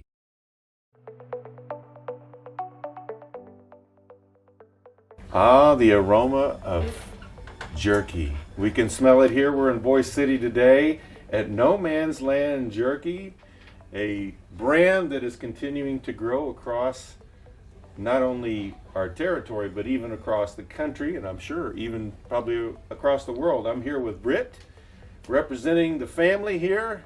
We got a lot of family members that are a part of this business here, and we're just talking about the history and also some of the future for No Man's Land. So Britt, thank you for joining us today, and tell us a little bit about just No Man's Land beef jerky and what your business is up to. How far do you want me to go back? We started at No Man's Land in the back of my mom and dad's grocery store back in 1994, Marvin D's, and made jerky. We didn't realize how it was going to go. We dreamed. Belinda and I would go around and dream, but eventually we moved over to Boise City, got a plant started here, got government inspection in 1997. About 2011 or 12, we had gotten as big as we could get here. And we had, my mom had started a folder of stores that she put on there wannabe and kept it. And there were over 5,000 names of stores in there that wanted to sell our product. And we couldn't grow here because of the population. And so my mom started praying for buyers, and the Lord sent us some buyers in 2014. By 2015, it took a while, but we reached an agreement to be partners. And since then, we have had a plant in Enid that we outgrew. We bought the building across the street, remodeled it, went into it. It was twice as big as the one we had. When we opened that plant, in 3 months it maxed. So we started on the plant back across the street, added on. It will be opening up in March, and so we're excited about that. We're already in the talks of plant number 4. So it's amazing. We give all the credit to God the Mighty. He's the one that got us where we are. That and some hard work, but you know, it's a labor of love, and we're proud of our jerky. We are. Well, you talked a little bit about your beginnings, and you guys came up with some humble beginnings, almost just some curiosity. You talked about how you had tasted some different jerky and it just wasn't any good, and that's what kind of inspired you to start. Talk about your early days of that and going to selling that stuff wherever you could. Okay, well, I came back from college, and my degree, I'm having a hard time finding a job in it, so I started farming on the family farm. And we golfed, and me and my brother-in-law and his dad and some others. And so it rained one day, and we went to Guyman golfing, and got through. On the way home, I love beef jerky. I bought 3 different kinds that were terrible. I threw them out the window. I said, I can do better than that. And I didn't know if I could or not, but I thought I could. And so I went home and got my Ronco dehydrator out of the closet and went down to my dad's grocery store and picked out 2 or 3 roasts. And on the 3rd try, we had the recipe we liked and put it in this jar up here, which was an old Wild Bill's jar. And I took a $4 roast and made jerky, made $16. And I thought, boy, there's a lot of room for error there. And so, one thing led to another, and we were putting our jerky in different bars and different convenience stores around, and Belinda and I had a route we'd go to, and we'd make jerky in the back of my dad's store at night, and then we'd go on a route when we got it all bagged and ready to go. And we got caught by the compliance officers because we don't have an inspection bug on our product. So we had to gather it up. Nobody had let us have our jerky back, and so we started to work on this facility here in Boise City, and we got grant of inspection in 1997. Of next month, we will be in business 25 years. And so here in this place, legally. We started in 1994. As Belinda says, we bootleg jerky. That's right. Well, there's an outlaw history out here in Cimarron County. That Mesa held many a treasure, they say. So you're just filling in where the area was. But that's an incredible, it's just the American dream that you guys have been able to live out here in the Oklahoma Panhandle, especially all the way out here in Cimarron County, and providing jobs right here in this place too for many families, and helping to make sure that this place can keep the population that it has at least too as well. And so that's a great thing.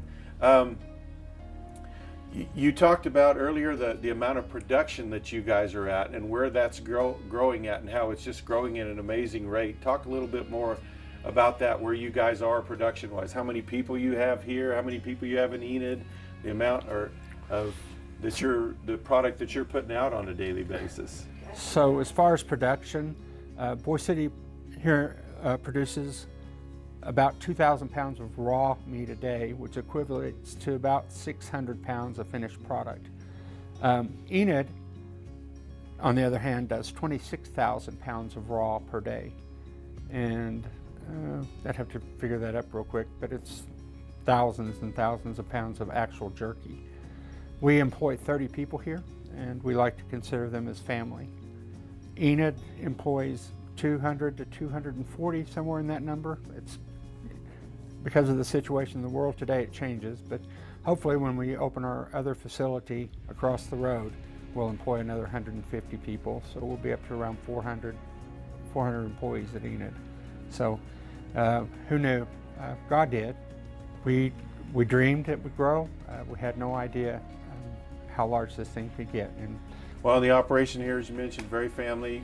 It's you, Britt, Belinda, your sister. Right. Brad, your brother. Our brother Brad is also here. Mama D, we can't forget her. Yep, 87 and a half years old. Still shows up for work just about every day.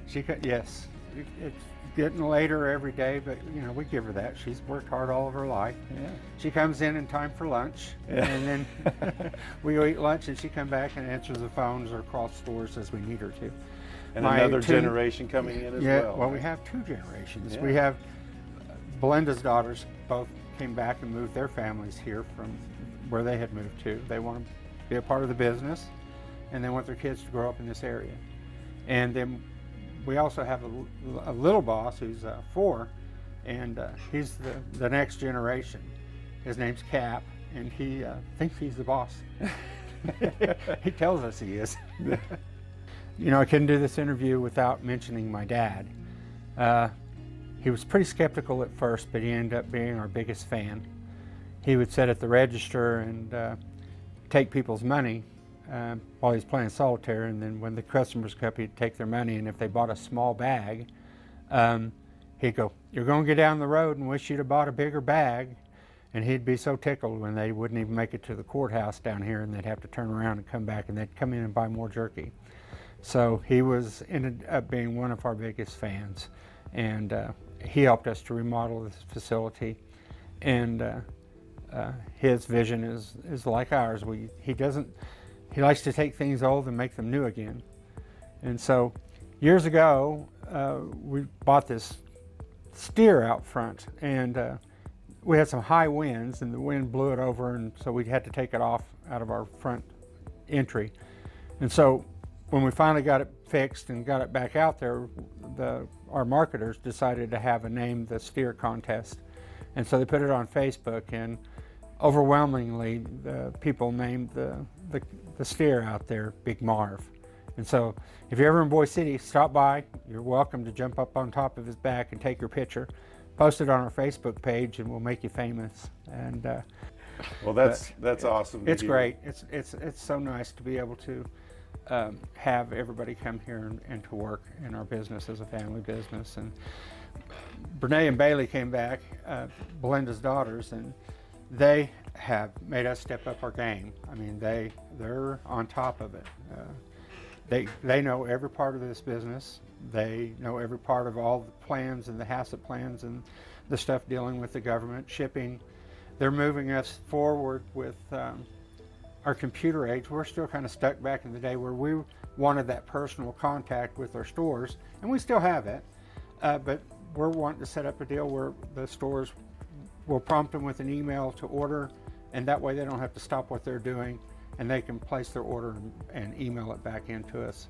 And so we can do that. It should, lighten their load where they don't have to drop what they're doing and go get an order, and we don't have to take the time to call them every day and wait for them to go get the order and come back on the phone. They can do it at their leisure, and then we can download it and ship it to them. And we'll still have that personal touch where we call some that there's people who don't deal with computers, and Brad likes to keep that part alive, our brother Brad. But Brad's also in our sales department as well. He has done a great job with our sales. Well, and with the plant here, a plant 3 hours away in Enid, business in every state, like some of the things that you're mentioning there that you guys are doing, the fact that PTCI was able to put in fiber optic, gigabit capable speed internet, and the growth plans that you guys have even here, that's got to be vital for you guys. It is. We're implementing a new plan called We Are Food Safety. And before we can ship product, it has to go through all of our HACCP program. And every part of that has to be met before anything can be signed off to ship. And that could take a day or so. So now we're going to a program where we'll be going live, and we'll have our tablets in here with your high-speed internet that we can scan in our barcodes, scan in all of our log information on. You have to get everything in there, like what kind of gloves, what kind of marination, what kind of spray. Everything has to go in there, all the lot numbers, and then the weights and everything. And so by the time we put the last label on the box, that product can go right out the door, whereas usually it would take a day or so. And we don't have that problem so much here, but at Enid they do. They get to a point where they don't have the jerky to ship, and they've got to ship it as soon as it gets off the deal. And wow. To hold it a day or two is not good. And so that is going to help us immensely by being able to just communicate with the plants down at Enid instantaneously and get everything done and everything approved so that we can ship the jerky out as soon as it's made. Well, we're glad we could be a part of that, and we're just thankful that you guys, were inspired. The family was inspired to start this business. Just another great American dream story right here in the Panhandle. It's being shipped all over the world. We're seeing people that, in no man's land, what in the world is that? So they're getting to experience a little bit of our part of the world when they open a bag and get a nice waif of that delicious beef jerky. So Britt, we sure appreciate you and your family welcoming us here to do this. And we wish you all the best of luck in your continued growth. Well, thank you. And we want to thank PTCI for coming out and doing this for us, but also for the service they provide for us. You know, we couldn't do half of what we do without you guys. And we just did a Valentine special, and we blasted out 15,000 emails.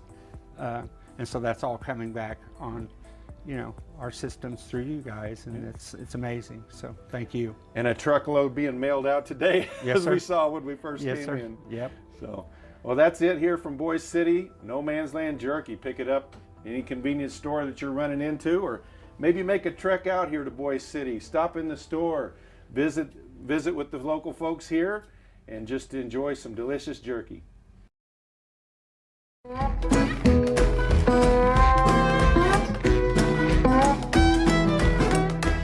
Hey, this is Jason Epp with PTCI, and I'm here with Clay Myers, one of the owners here with the Texhoma Livestock Auction, and just talking a little bit about the livestock business and also just another locally owned business here in Texhoma. Clay, we appreciate you taking some time out with us today. Well, thank you guys. You bet. We're glad to be here. Well, tell us a little bit about the history that you know when it comes to the Texhoma Livestock Auction. You were telling me some things are very interesting about it, and then also just when you came into ownership as well, and who you work with now. Texhoma Livestock has been around since the 40s, the way I understand, and I may not be the best guy to ask those questions to, but I've been around in the 40s. It was an old wooden structure. I've been told stories by some of the old timers about it being here, and it burned to the ground one January, I believe, and they had a auction in a tent the next week and continued to have auctions in that tent until they built this facility, and it was built sometime in the early 60s. It's been here that long. Texhoma's got a rich history with livestock auctions. In the 70s and 80s, there was one time that Texhoma Livestock Auction was the largest livestock auction in the state of Oklahoma. Wow. Sold the most cattle in the state of Oklahoma. And it kind of fell on hard times there for a while, and a few years there, and myself and some local guys from Texhoma had the opportunity to purchase it, and so we bought the auction in 2001. I think our first auction was August 17th or something of 2001. Had about 4 partners in it now. It's down to myself and a gentleman named Dean Thrasher, local guy here in Texhoma that's worked around here and knows the area well. And Dean and I are now partners on it, and I manage the day-to-day activities. And you said he even in his 80s, he's out there helping to unload 80 years old. cattle every Wednesday. 80 years old. He's unloading cattle every Wednesday. Yes, sir. That's going to keep him young and healthy, right? Yes, sir. Yes, sir. Yeah. Well, and you said, so you're coming up on 20 years. Tell us a little bit about, we were here, we saw one of your auctions. This is not your heaviest time of year, but, what does a busy day look like here at the Texhoma Livestock Auction? A busy day here at the livestock auction October can get kind of busy, but our busy time is in the spring with feeder cattle coming off wheat. But we generally average throughout the year. We'll average about 1,000 cattle a week. Today was a little bit less than that, but we will get up in the 3,000 head range during the spring, and have had as many as 9,000 before here. But it starts long before daylight here with our feeding crew, with the cattle. We have to take care of all the cattle that are in the yards, and we take care of that, and then we unload cattle during the auction and before the auction, and we sort them up, shape them up, and load lots or light cattle, and sell them through here. This is actually the scales. This ring is the scales, and they're weighed and sold, and then we pin them back and load them out at the end. And sometimes it's 24 hours straight. So. Right. Yeah.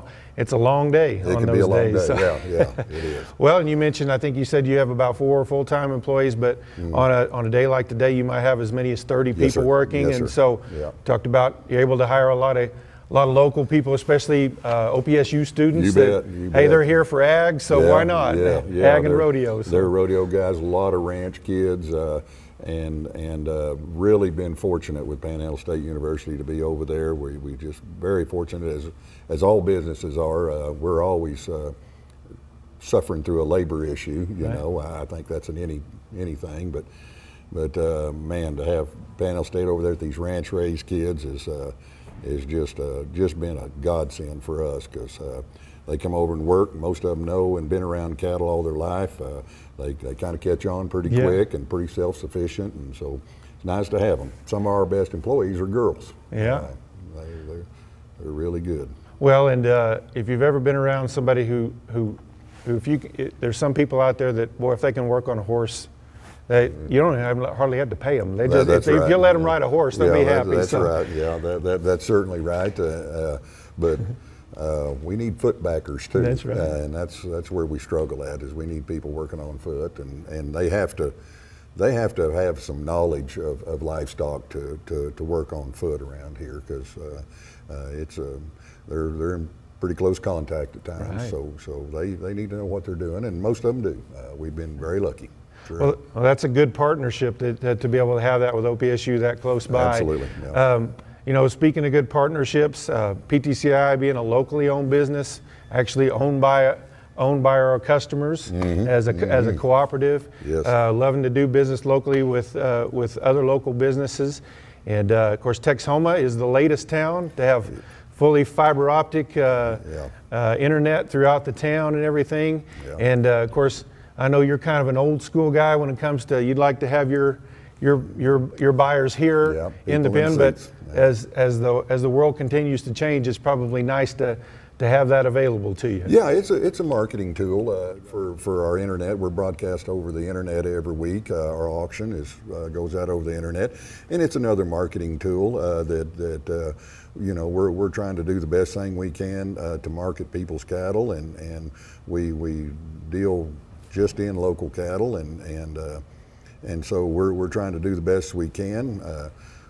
We don't sell a lot over there, but the opportunity's there, and we do some business, but I still like to have people in the seats.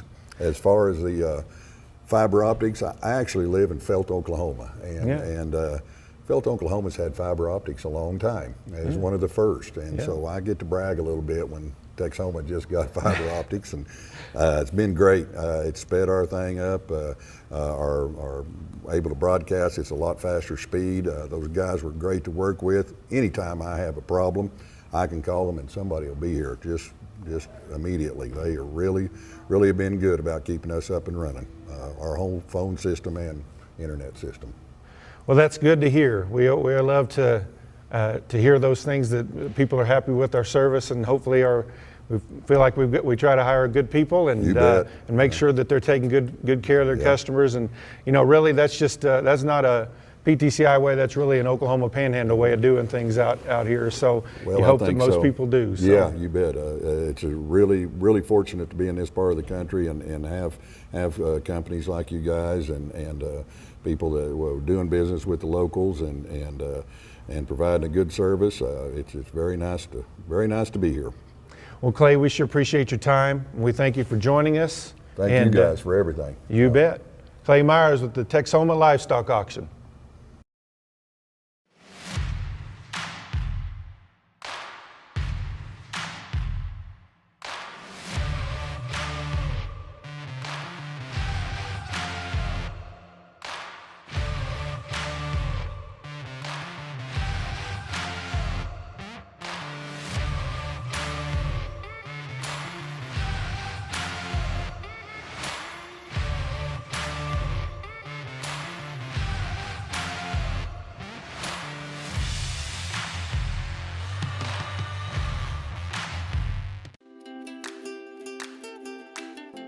PTCI Cellular gives you the best of both worlds with 42 towers from Kenton to Laverne. No one else covers you like we do in Northwest Oklahoma. And when you travel across this great land, PTCI's nationwide partners keep you connected. Experience the best service today. 800-562-2556 or visit ptci.net. Contract buyouts are available. Some restrictions may apply.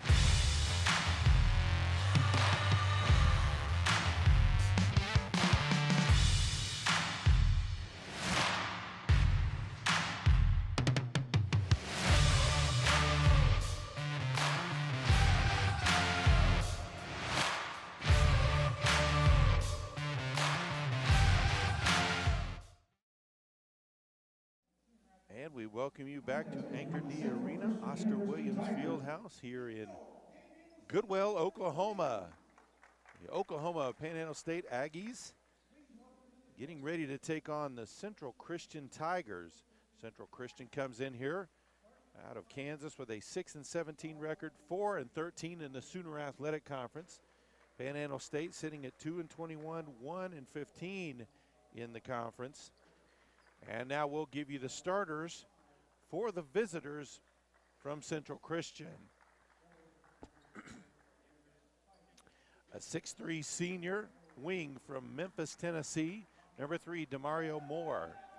A 6'1" guard, sophomore guard from Euless, Texas, number 4, Malachi Farr. A 6'3" senior wing from Colorado Springs, Colorado, number 5, Reese Warren. A 6'5" sophomore forward from Hamilton Township, New Jersey, number 30, Jameer Spivey. And a 6'7" sophomore forward from Houston, Texas, number 32, Adrian Oswagu. The Tigers are coached by head coach Tony Romero. He is assisted by Guy Gardner and Sam Maldonado. And now your starters for the Oklahoma Panhandle State Aggies.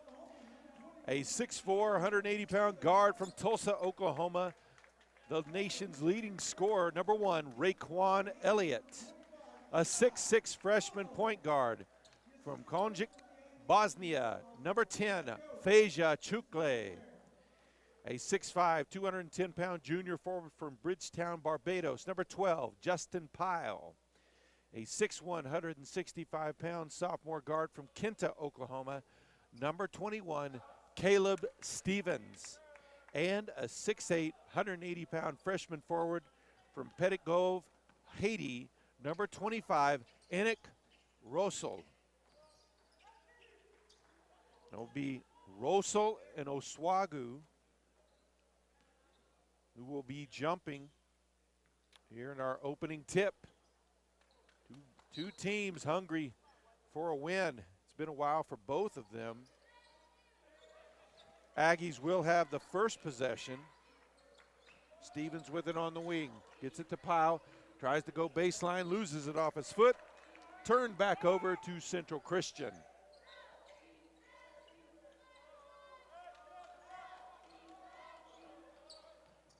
Full court pressure by the Aggies. Warren gets it over to Farr across midcourt for their opening possession. Oswagu, right, still with it. Kicks it over to Moore. Moore on the wing, 5 on the shot clock. Drive by Farr, and a blocking foul will be called on Stevens. His first, team's first.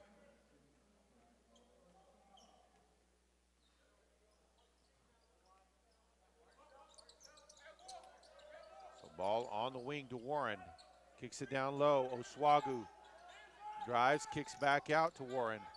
Warren to the baseline, up and underneath, kicks it to the corner. Three-pointer is up by Moore. Left it short. Pyle with the rebound.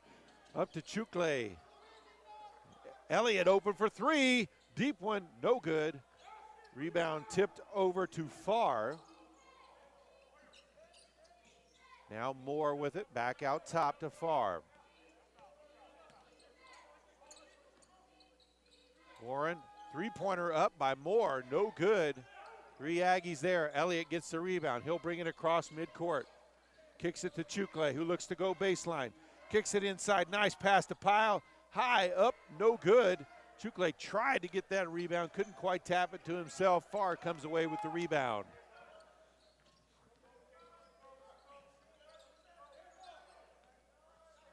Warren back over to Moore. Oswagu leaves it for Warren. Back to Oswagu at the baseline. Ball bounces around, loose ball to Spivey, who puts it up and in for the first basket of the game. 2-0 Central Christian, 2 minutes into the contest. Chukle out top with it, calling out the play. Drives to the block, puts it up, can't get it to tap in. Looked like it might have been tapped in by Oswagu. I'm sure Rosa will get the credit. He was the closest Aggie to it. 2-2 the score. Lob inside to Oswagu, who lays it up and in. 4-2 Tigers.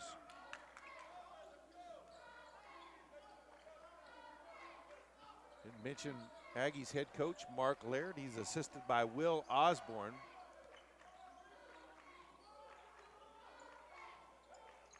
Elliott over to Stevens.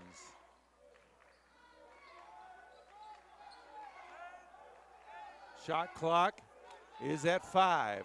Gets the screen from Rosel, tries to drive and draws a foul with just 2 seconds on the shot clock. They'll call that one on Oswago. Checking in for the Aggies. They've got 3 checking in. The 6'9" sophomore forward from Petty Grove, Haiti, number 22, Woody Terrenciel. Also a 6'4" junior guard from Lawton, Oklahoma, number 3, Joe Greaves. Elliott with the ball, double teamed, gets it over to Greaves. Into the corner, drive, short jumper is up, no good. Rebounded by Oswagu. Another Aggie in the game is the 6'1" junior guard from Plainview, Texas, number 15, Javian Lawson. Oswagu with it, guarded there by Terrenciel. Moore pulls up, just past the free throw line, nothing but net. 6-2 now the lead for Central Christian. Greaves, ball into the corner to Lawson, gets it to Terrenciel. Clears it out, into the lane, puts up the hook shot, no good. Gets his own rebound, put back is good, gets the foul. He'll go to the line for the and one. And that is going to be number 2 on Oswagu already. Checking in for the Aggies, a 6'4" freshman guard from Wichita, Kansas, number 4, Cameron Chapman. So just two fouls called on Central Christian so far, both of them on Oswagu though.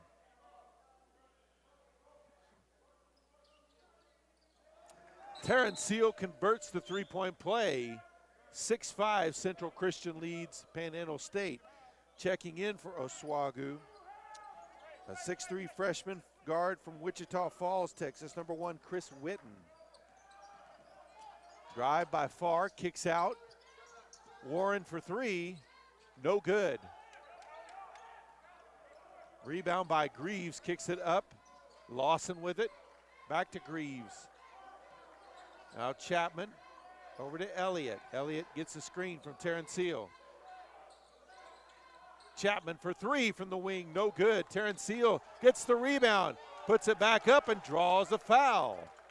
This time it'll be called on Jameer Spivey. That'll be his first, team's 3rd.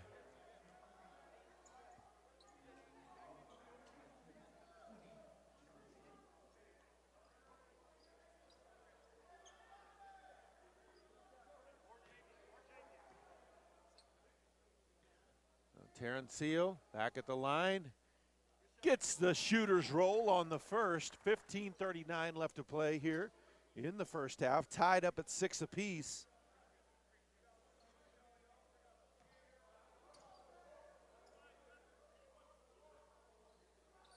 So Terrenceo seeks them both.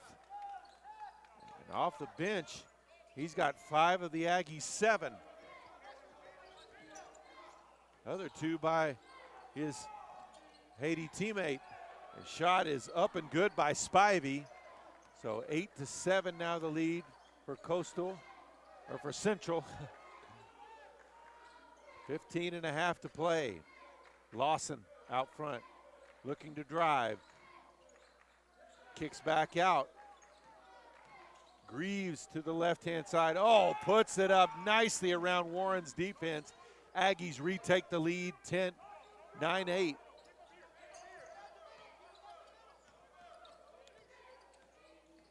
Farr kicks it over to Warren for 3. No good. Elliott with the rebound on the backside. Brings it across midcourt. Spins off, 17-footer, no good. Rebound by Farr. Up ahead to Moore. Back out top, Witten. He'll hand it off to Farr.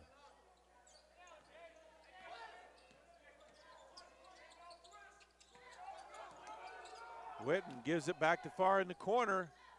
Three-pointer, no good. Elliott with the rebound on the backside.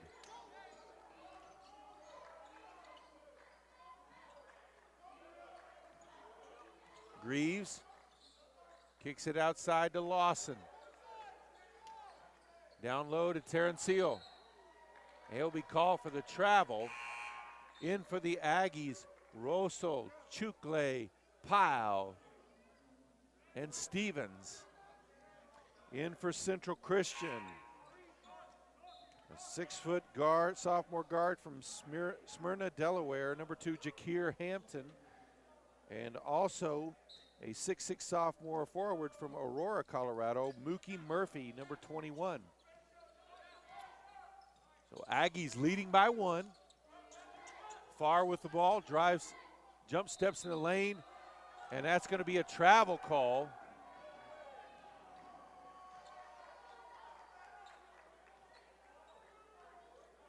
Chukle, long pass ahead to Greaves, dives in the lane, puts up the short shot, left it short. Pyle with the rebound and the putback. 11-8 now, Aggies lead. Hampton brings it up. Farr kicks it across, and back up top to Hampton.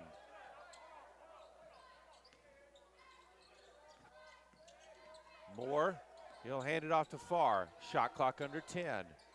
Witten drives, kicks it back outside. Baseline shot by Moore. Ball tipped out of bounds.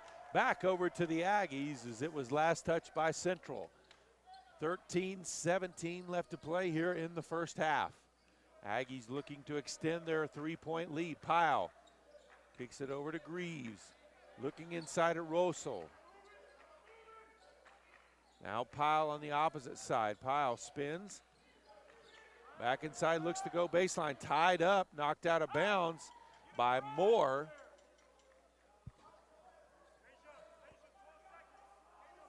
"12 seconds on the shot clock.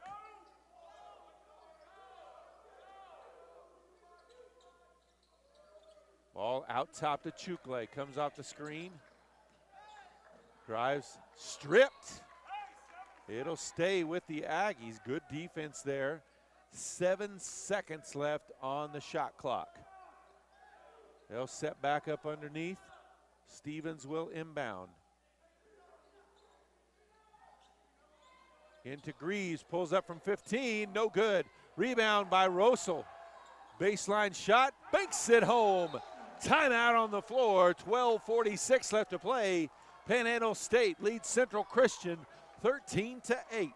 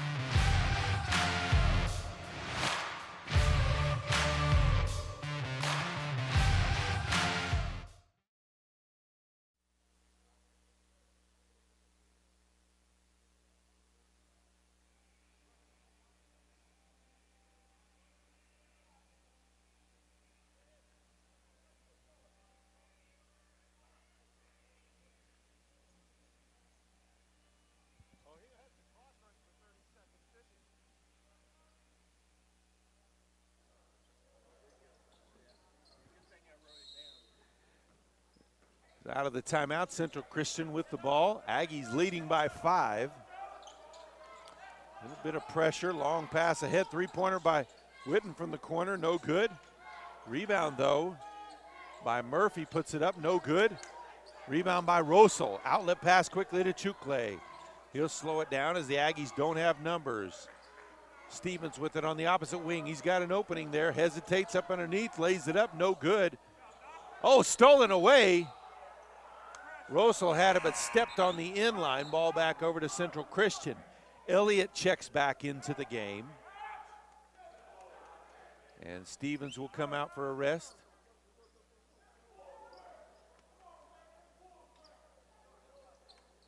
Greaves will check out. Full court man pressure by the Aggies. Farr gets it over to Hampton across midcourt. To Murphy, now back up top.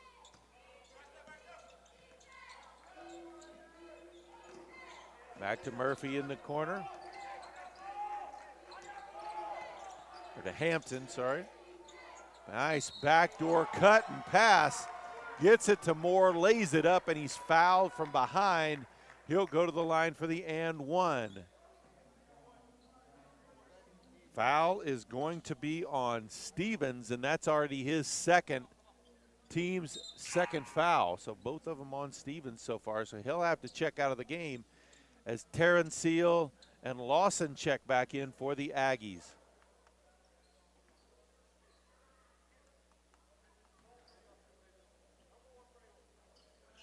Free throw and one free throw good by Moore. 13-11 now.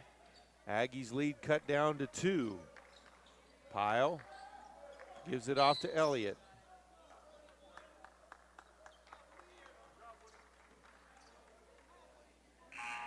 Foul will be called on Mookie Murphy. That will be his first, team's 4th. Spivey checks back in for the Tigers.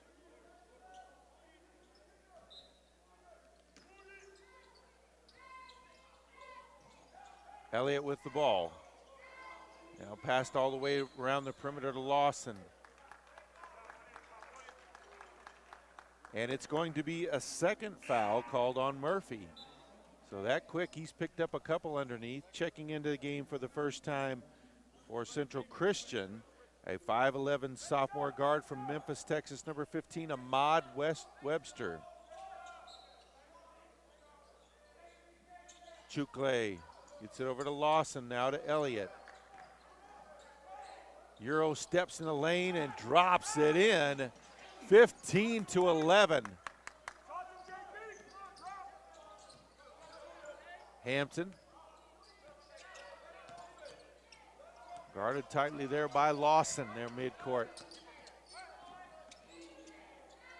Gets it off to Murphy. Spinning lane by Webster. Dumps it off, missed the shot.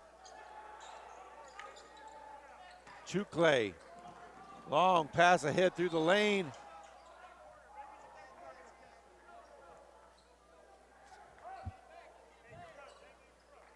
So ball back over to Central Christian. 11 to play, Aggies up by 4. Webster, double team, breaks through. Chukle will be called for the foul.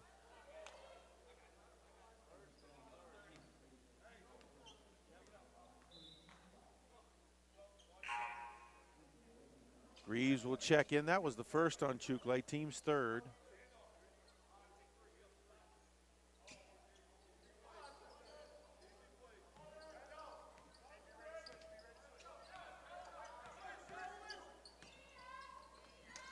Witten with it out top. Gives it up to Murphy. Now back to Witten. Now on the wing to Hampton. Hampton drives the lane, puts up the fall-away floater, in and out. Ball bounces around. Greaves comes away with the rebound.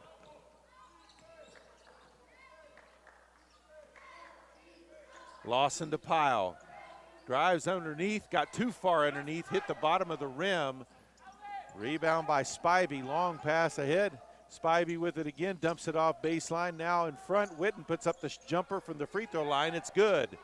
15-13, midway point of this first half. Greaves back to Lawson. Lawson splits the defenders, has it blocked and knocked out of bounds by Murphy. Warren checks back in for Central Christian. Rosel checks back in for Panhandle.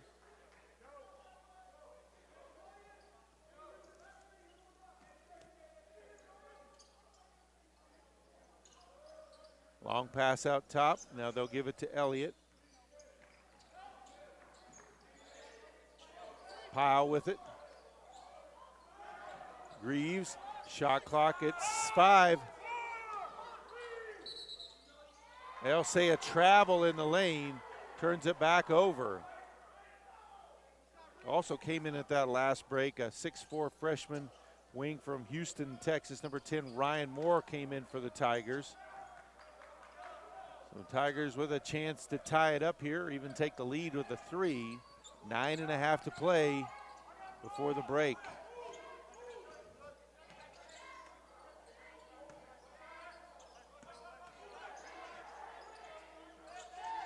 Moore in trouble. That's going to be a travel there.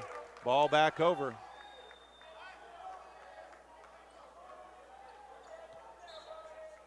Chapman will check back in for the Aggies.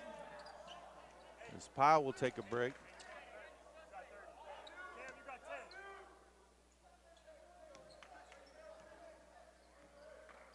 Lawson.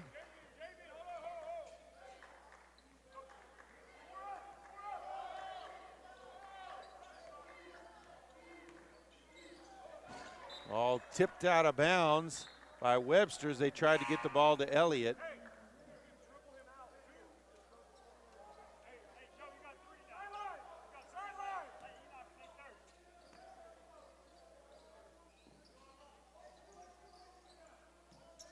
Elliott with the ball, looks to drive, loses control of it. Spivey comes away with the loose ball, turns around, brings it up court. Webster to the hoop. And Rosel's going to be called for the foul, and that was nothing but a block. Just nothing but a block. His body was a good foot away from him.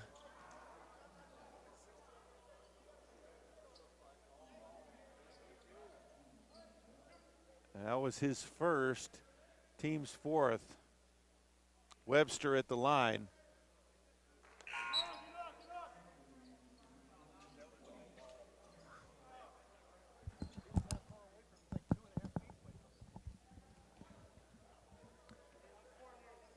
First free throw, no good. Terrence Seal checks back in. Missed the second as well. Greaves with the rebound. Outlet pass to Lawson across midcourt. Oh, nice pass, no look. Chapman dumps it off to Terrence Seal for the easy one. 17-13 now, Aggies lead, 8.5 to play. Moore brings it across the timeline. Greaves guarding. Drives all the way to the hoop, avoids the defender and puts it up and in.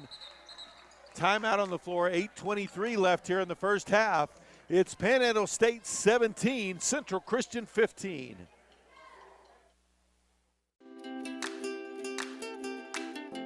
PTCI Cellular gives you the best of both worlds with 42 towers from Kenton To Laverne. No one else covers you like we do in Northwest Oklahoma.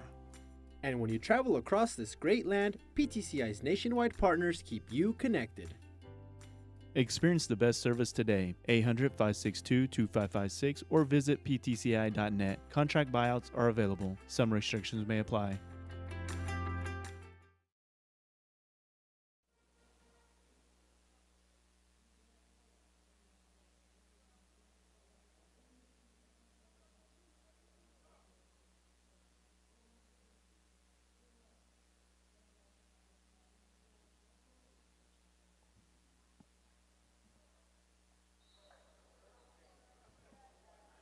So Aggie ball out of the timeout. Leading by 2. Chukle up top with it. Knocked away momentarily, gets it back. Kicks it to Elliott in the corner. He'll put up the three. Stepped on the line. Ball back over to the Tigers.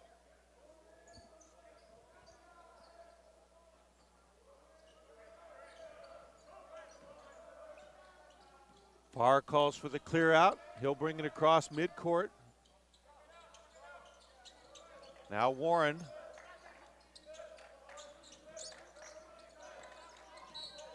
And a blocking foul is going to be called on Terrence Hill. Looked like he was set there as well. That's his first, team's fifth. So Rosa will check back in his spot.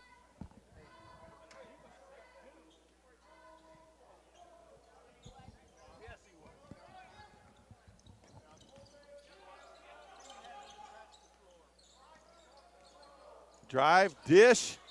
Spivey gets it to go and gets the foul. He'll go to the line for the and one.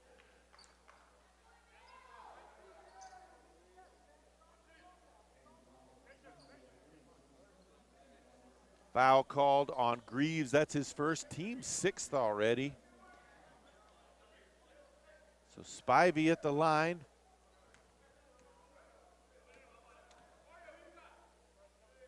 For the and one. Sinks it. Central Christian takes the lead 18-17 with 7:44 to play.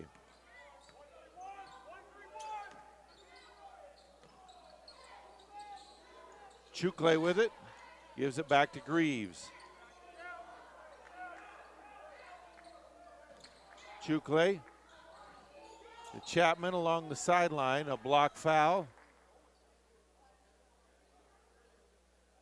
They'll call that one on Farr.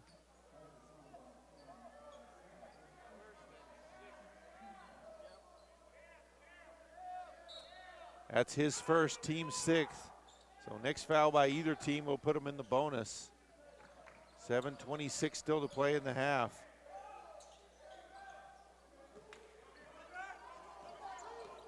Turnover, Spivey with the ball now.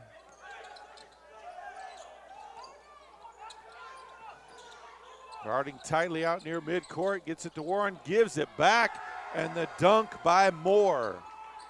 20-17 with 7 to play. Chapman.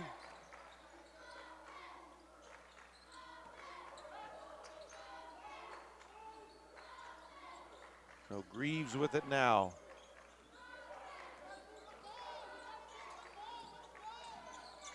Chapman's shot in the lane, fall away shot is good. Back to a 1-point game.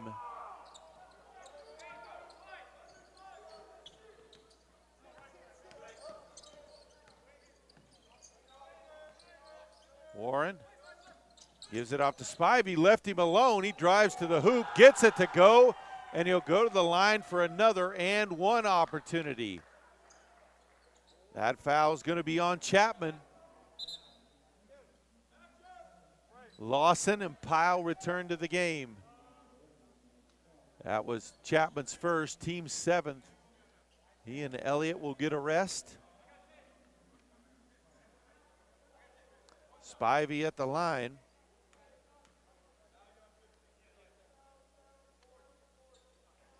And Spivey can't get that one to go.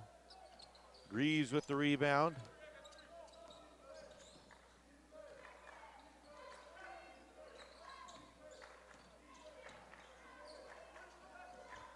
Chukle to Pyle. Chukle for three from the wing. Left it short. Warren with the rebound. Dishes it off to Spivey, who drives in, and a blocking foul is going to be called on Lawson.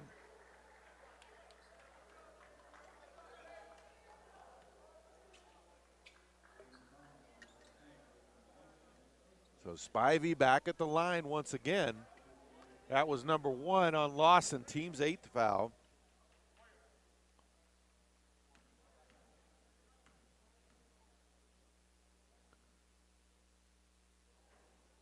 Spivey gets the first one to go. First player in double figures as he's got 10.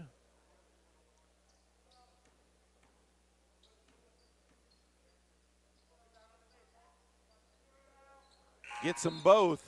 Stevens will check back in for the Aggies.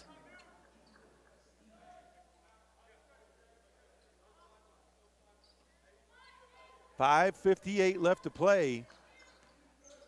Had a bit of a turnaround here as the Aggies now trailing by 5. Long pass to Greaves.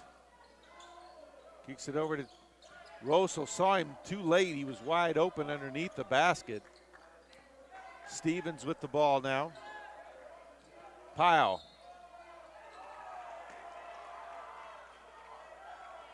And they'll call the offensive foul on Pyle as he dropped the shoulder.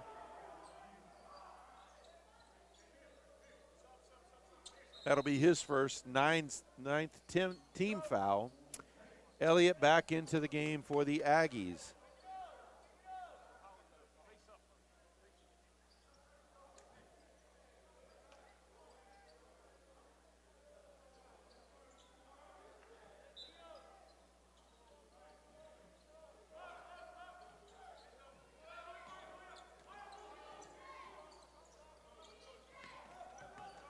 So far, cross midcourt. Now Moore with it. Gets it back to Warren, looked at the three, drives in, dumps it off to Spivey underneath. And that's an offensive foul at this end as he knocked Elliott to the ground. So ball back over to the Aggies. That's his Spivey's second, team's 7th foul. He'll take a seat as Murphy will take his spot.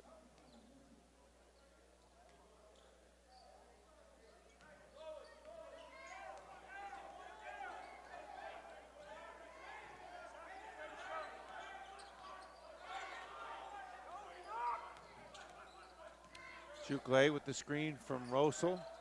Now over to Elliott. Elliott, deep three. Rims all the way around and out. Warren with the rebound. Dishes it off to Farr across midcourt.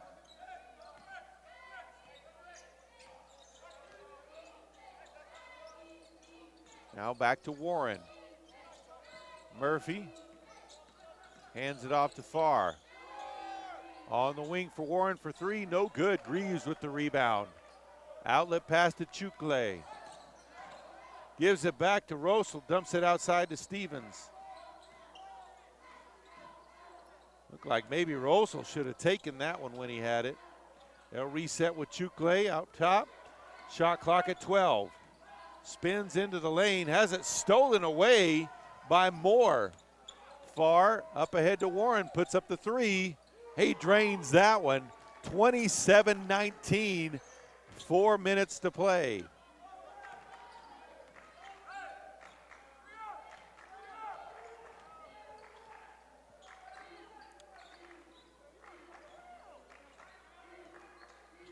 Chukle comes off the screen. Now to Stevens. Now to Elliott. Greaves for three in the corner, left it short. Got his own rebound and dunks it home. Great effort there by Greaves, 27-21, 3.5 to play.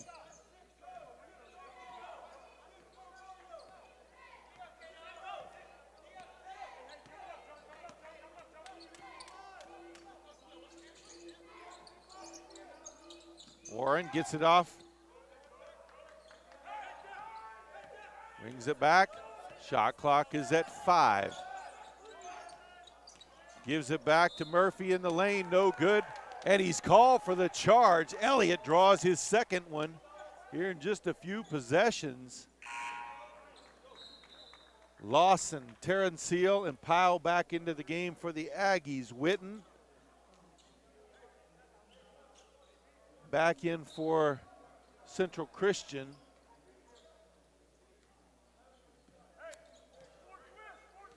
That was number 3 on Murphy, so he needed to check out, or he's still in actually.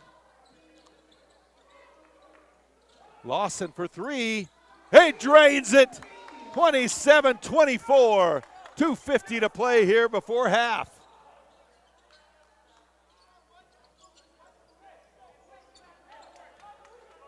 Farr walking it up, Chukle guarding. Gives it off to Murphy. Witten now. Gets it to Murphy, faces up, kicks it out. Three-pointer is up by far. He drains it, 30-24. Chukle to Pyle. Kicks it to Lawson in the corner. Skip pass over to Chukle to Elliott. That's going to be a travel by Chukle.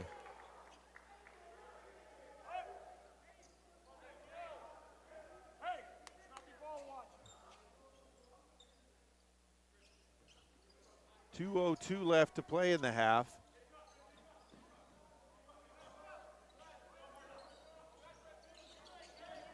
Witten brings it up. Warren for three, and he drains it. Had Chukle right in his face, 33-24 now. Try to get to Pyle, ball knocked out of bounds, back over to Central Christian. Rees will check in. 142.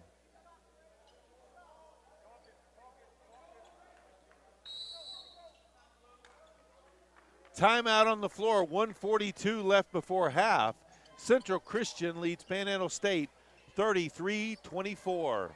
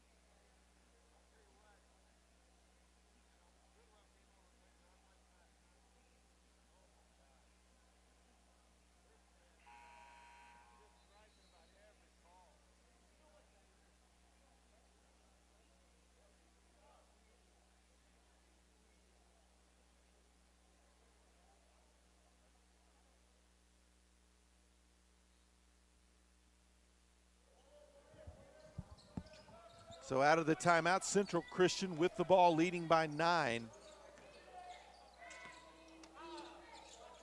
Witten with the ball. Ball passed around the perimeter to Warren. Tried to find a gap in there, couldn't quite. To the free throw line, dumps it down to Murphy. Three-pointer by Witten, no good. Elliott with the rebound. Elliott Nations, like I said, he's averaging over 31. Banks that one in, his second basket of the game. 1:10 to play, 33-26 now. He's gone quite a long time without a basket. When you're averaging over 30, you normally don't do that. Under a minute left before half. Witten drives, dumps it off underneath to Murphy, puts it high off the glass, no good. Pyle with the rebound. Lawson, long pass to Greaves, oh, beautiful. Underneath, got too far though. Ball back the other way far. Kicks it on the wing, Warren for three, no good. Ball tipped up and around, knocked out of bounds. It will stay with Central Christian. 32 seconds left in the half. Shot clock at 19.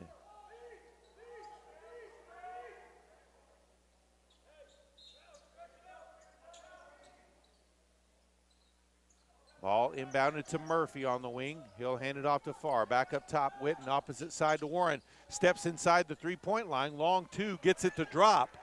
35-26, 20 seconds left. Elliott will hold just past midcourt. They'll hold for a final shot as Coach Laird calls out the play he wants. Clock at 6. Double team gets it over to Lawson for three. Left it short, ball tapped around, out of bounds, And that is the half.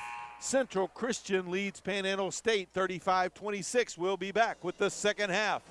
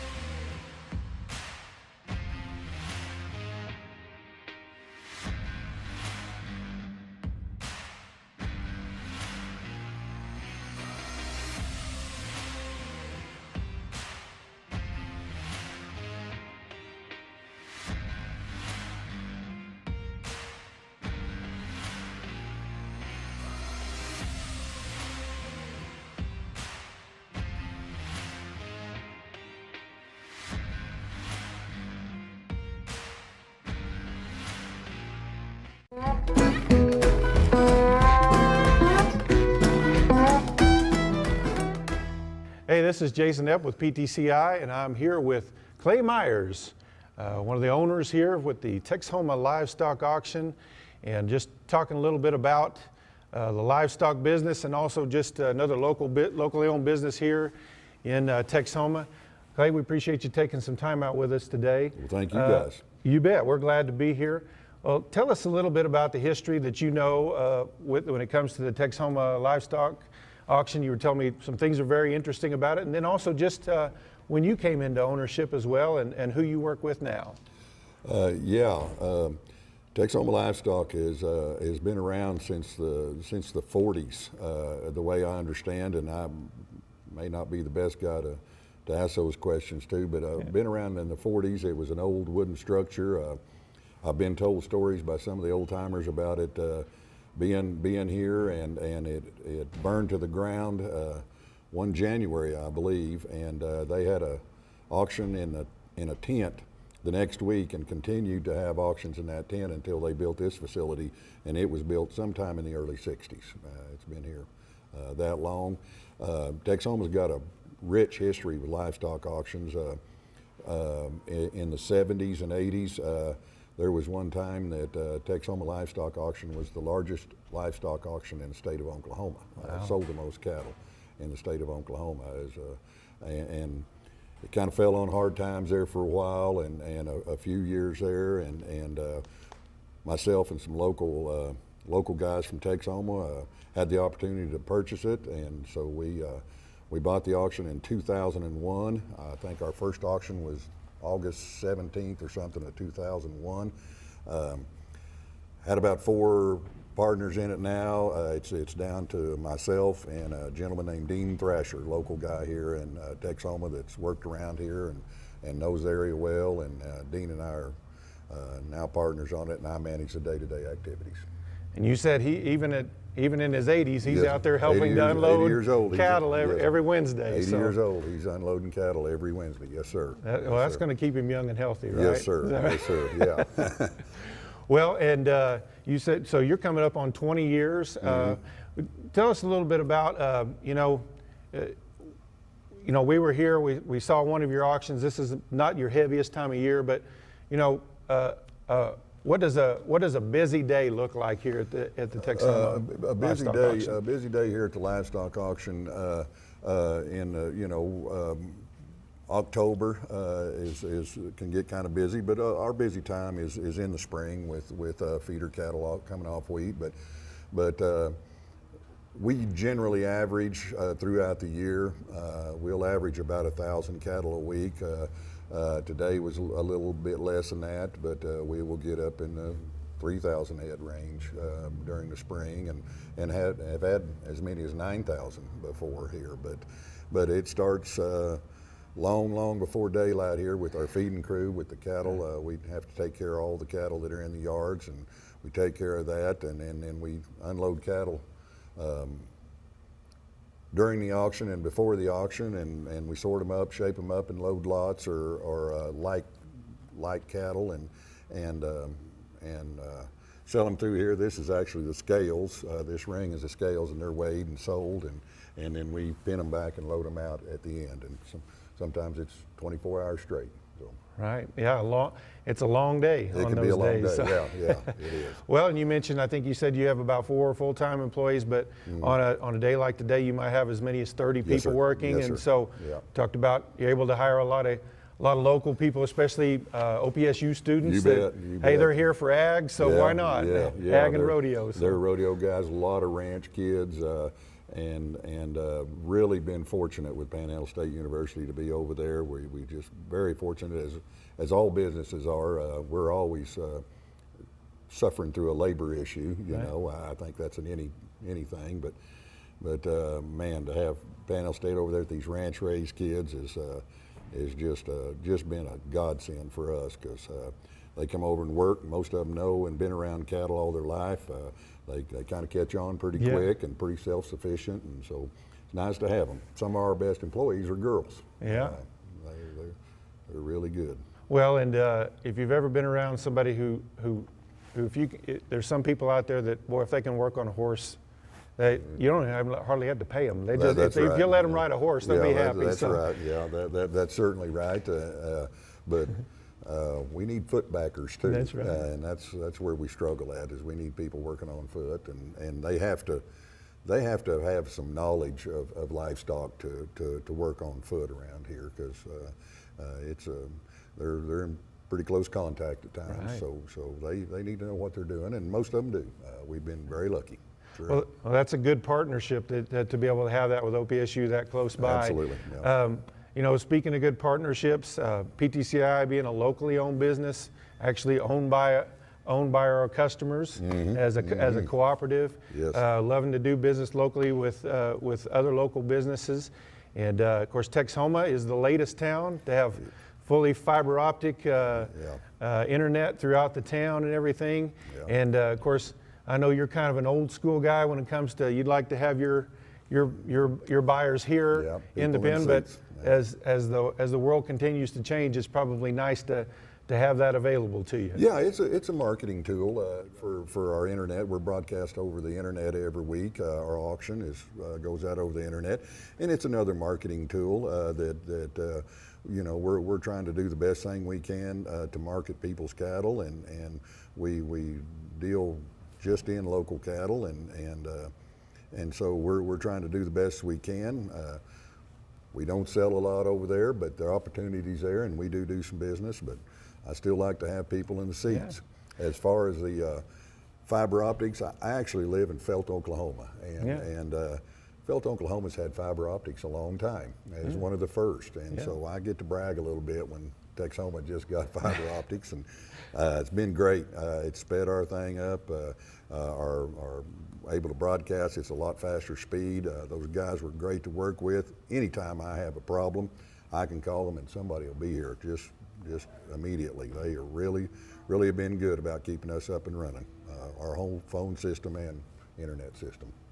Well, that's good to hear. We love to hear those things, that people are happy with our service, and hopefully we feel like we try to hire good people and make sure that they're taking good care of their customers. And really, that's just that's not PTCI way, that's really an Oklahoma Panhandle way of doing things out here. So Well, you I hope that think most so. people do. So. Yeah, you bet. It's a really fortunate to be in this part of the country and have companies like you guys and people that are doing business with the locals and providing a good service. It's very nice to be here. Well, Clay, we sure appreciate your time. We thank you for joining us. Thank you guys for everything. You bet. Clay Myers with the Texoma Livestock Auction.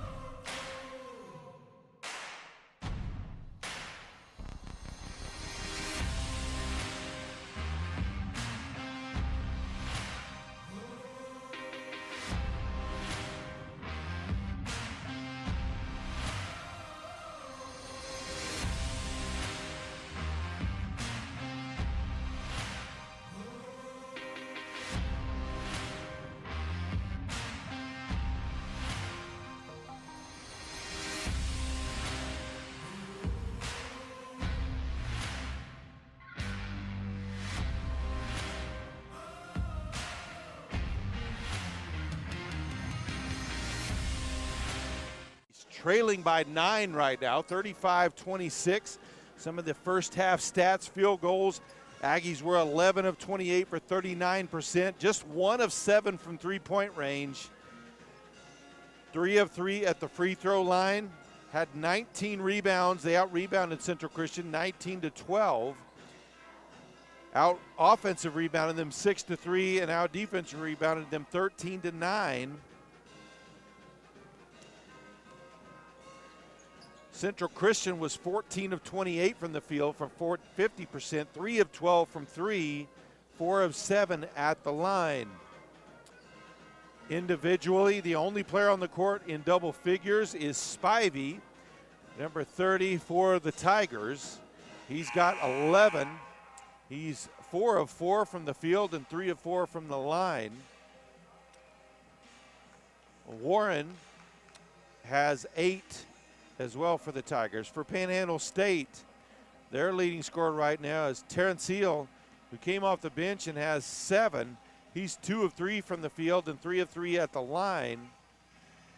Next highest scorer, 3 players with 4. One of those, Raquan Elliott, like you said, averaging 31, had a rough half, only 4 points in that first half. Also, Rosel and Greaves also off the bench as well, has 4 as well. Some of the other team stats going back, Aggies with 3 assists, 9 for Central Christian, 9 turnovers for the Aggies. They've got to cut down on those, only 2 for Central Christian. Bench points, Aggies winning that battle 16-6. Points off turnovers, 9 for Central Christian, just 2 for the Aggies. Points in the paint, Central Christian, it's a close one there, 16-14 had the advantage. Second chance points, that's where the Aggies have done well, 14-2 advantage there. So here we go, ready to go with this second half. Central Christian will have possession of the ball and possession of a 9-point lead. Ball into the backcourt to Farr. Hand off to Moore. Well, ball outside to Spivey. Backdoor cut to Warren, cut off there by Terrencial. Pass across, intercepted by Chukle. Aggies in transition now, takes it all the way up. Ball knocked away from him, out of bounds. It will be Aggie ball. They'll have it underneath their own basket.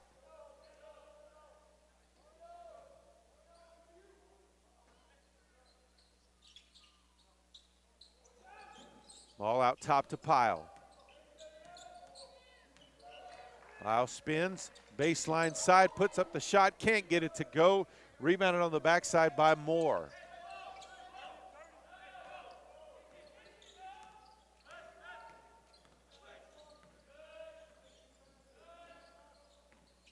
Oswagu, who didn't see much action in that first half after picking up 2 fouls early, knocked away by Terrencial up to Stevens, puts up the shot, kind of a circus shot, tapped away out of bounds. Spivey comes away with the rebound.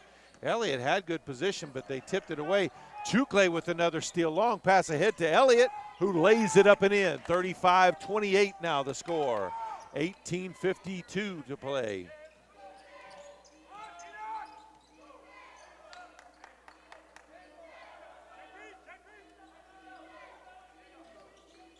Farr, hand off to Moore. Now back to Warren. Baseline drive by Moore all the way to the basket. They'll get him for the charge. And Elliott has drawn his 3rd charge of the game. Lawson into the game for Chukle.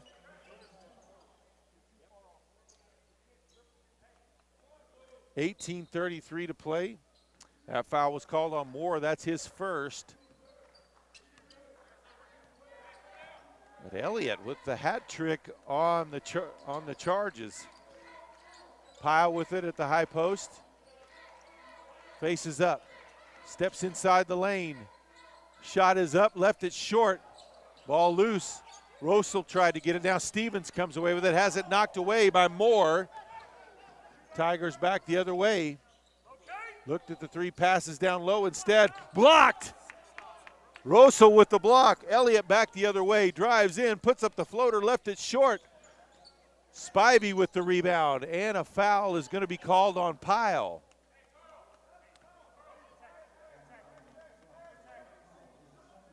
His second, team's first of the half.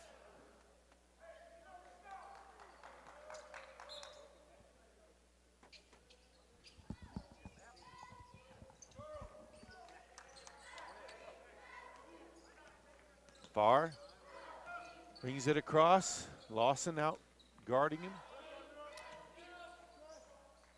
Now Warren with it on wing. Back to Oswagu. Spins.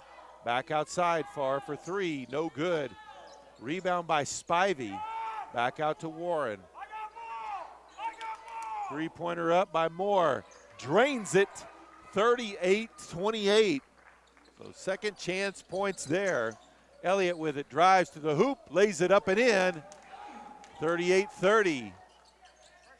Full court pressure by the Aggies. Warren brings it across midcourt. Kicks it to the corner, three-pointer up by Moore. He drains another one. Timeout on the floor. 17:01 to play. It's Central Christian 41, Panhandle State 30.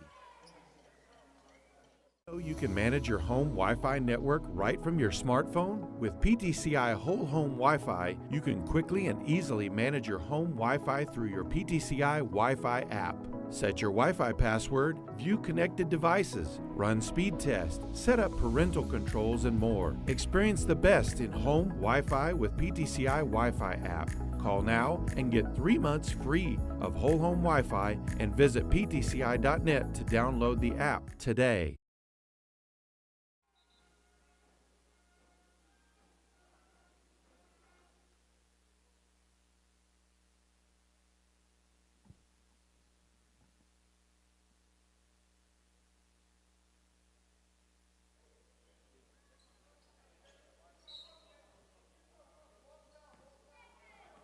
So Aggies with the ball, trailing by 11. Lawson now over to Stevens. It's the 1-3-1 zone. Ball in the corner, Greaves for three, misses it. Long rebound by Moore.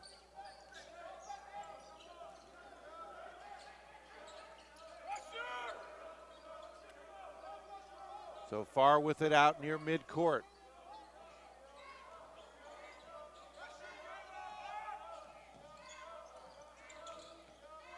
Warren loses it.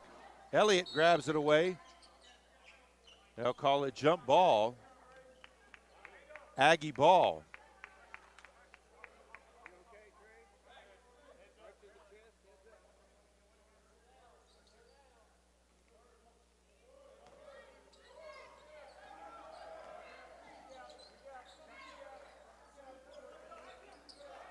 Yeah.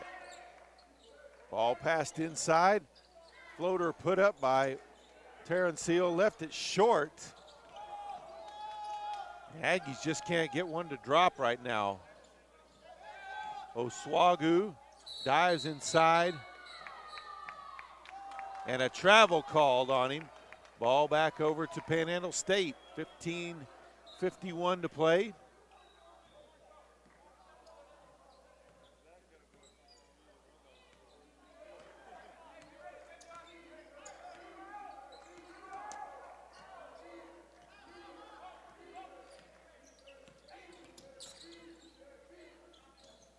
Ball over to Greaves.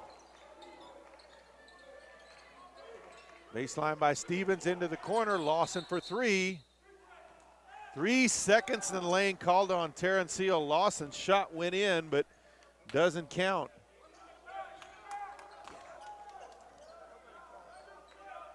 .15.5 to play. Aggies still trailing by 11.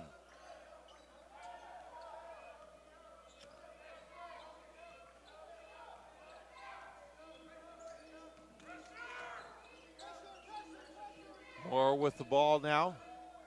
Shot clock is at 7. Spivey, Oswagu wide open underneath. And they'll call the foul on Terrence Seal.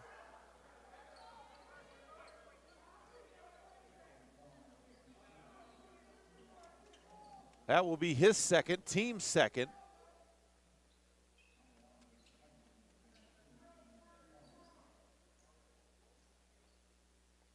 So Oswagu at the line.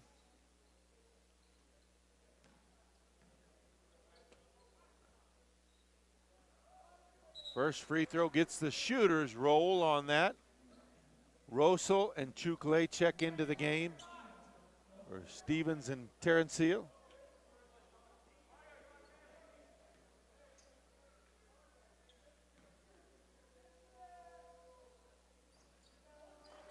Elliott with the rebound.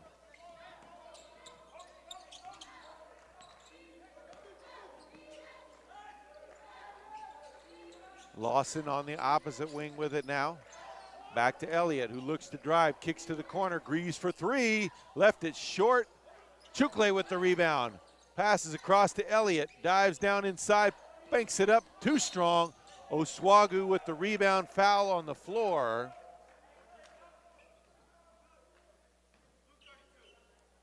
They will call that on Oswagu. That is his third, team's second.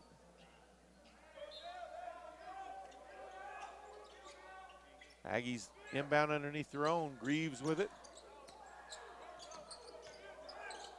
Pulls up, long two, no good. Spivey with the rebound. Outlet pass to Farr, races across midcourt, pass down underneath to Warren. And a double dribble call gives it back to the Aggies.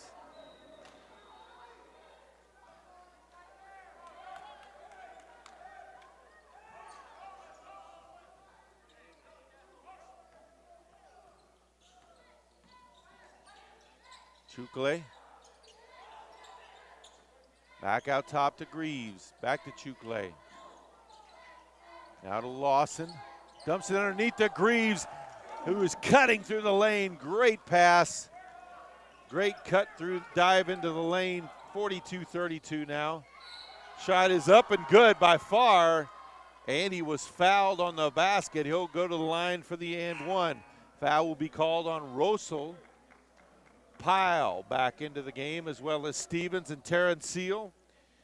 Moore back into the game for Central Christian. 13:55 to play.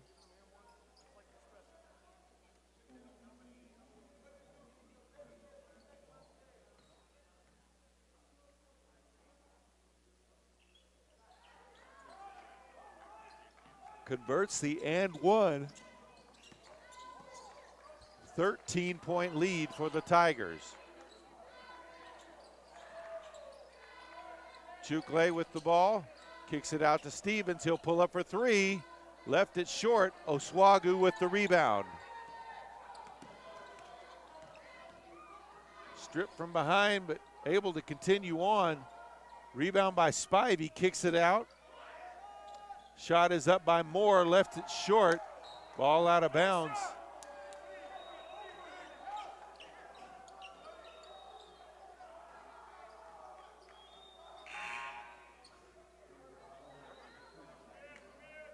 Hampton checks back into the game. You ever watch The Simpsons? Sideshow Bob hair right there. Pyle with the ball out top. Over to Stevens, drives in the lane, puts up the floater, banks it home, 45-34. 13 minutes to play. Stevens with the steal. Oh, nice pass across. Pyle misses it. Rebound by Terrence Seal, misses that. Jump ball.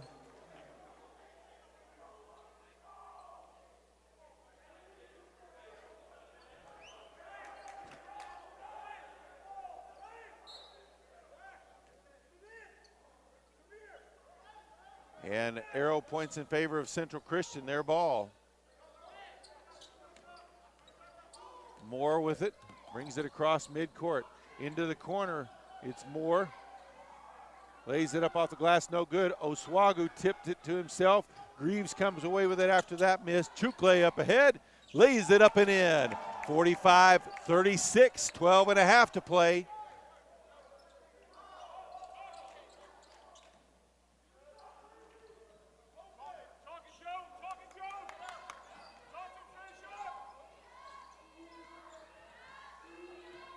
Hampton gets it over to Spivey.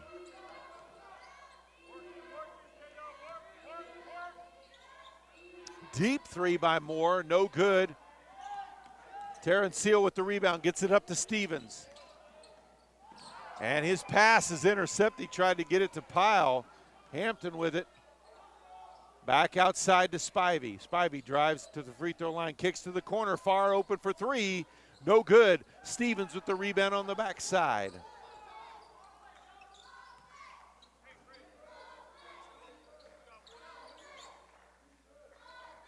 Ball into the corner. Three-pointer by Pyle is up. No good.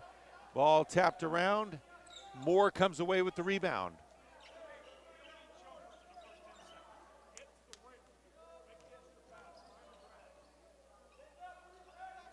Oswagu hands it off to Moore. Drives, dishes it back to Spivey for the lay-in.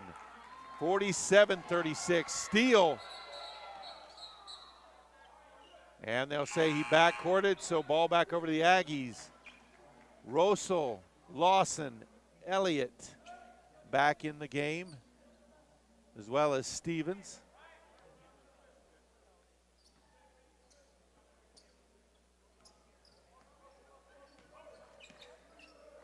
Warren back in the game for Central Christian.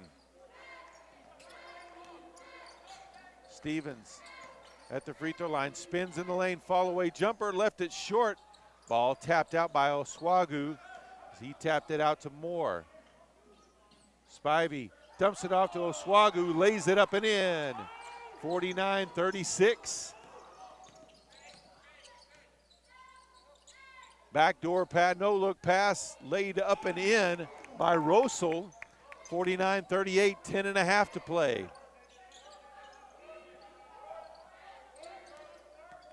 Moore brings it across midcourt. Ball knocked it loose, but he got it back. Hand off to Hampton. Shot clock at 12.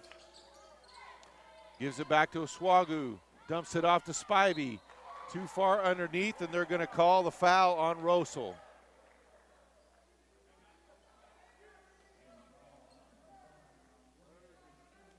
That's his third, team's fourth.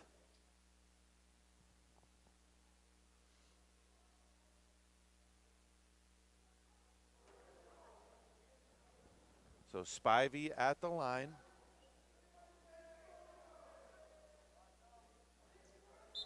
Misses the first. Greaves and Terrence Seal check into the game. Spivey leading scorer in the game with 13. He's 5 of 5 from the field today, 3 of 5 at the line.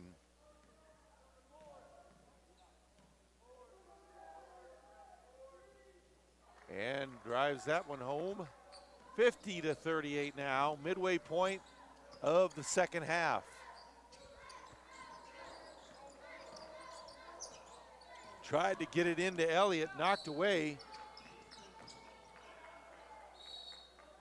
And a technical foul called.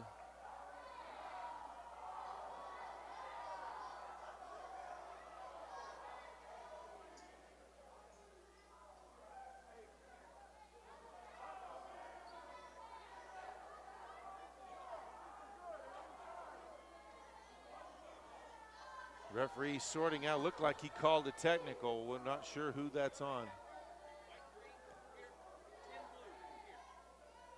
So they called the foul on Greaves, but then called a technical foul on Moore for Central Christian.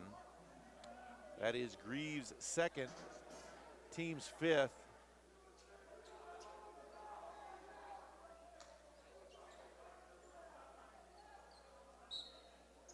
No explanation on what the technical foul is about. It doesn't come for shots, at least, but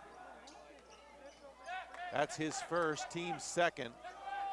Spivey with the ball out top. Gives it back to Moore.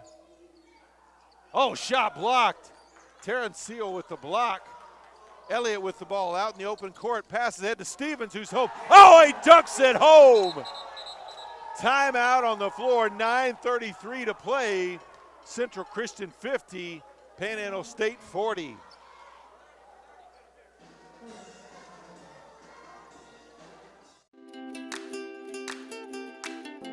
PTCI Cellular gives you the best of both worlds with 42 towers from Kenton To Laverne. No one else covers you like we do in Northwest Oklahoma.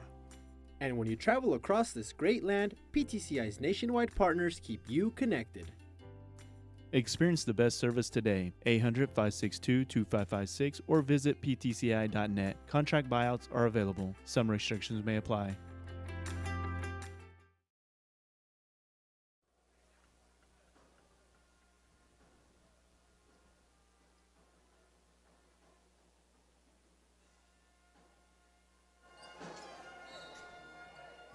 So out of the timeout, Central Christian ball, they lead by 10.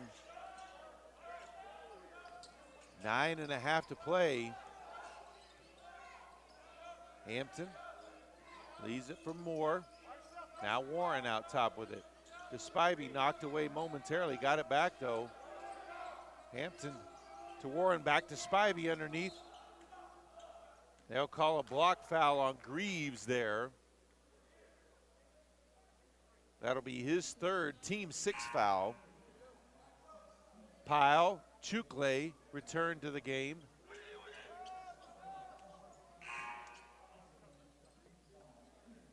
Rosel checks back in for Terrence Seal.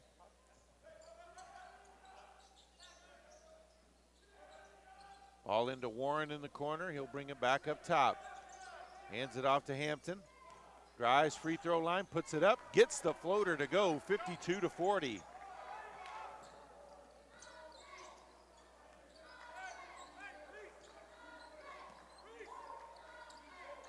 Chukle over to Elliott.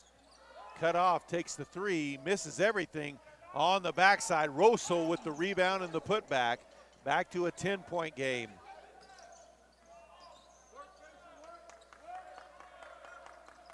Hampton out top, guarded tightly there by Chukle.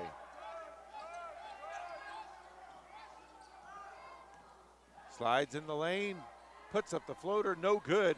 Pyle taps it out, but Moore grabs the rebound, puts it up, no good. And Greaves will be called for his 4th. Team 7th. Ryan Moore at the line for 2 shots.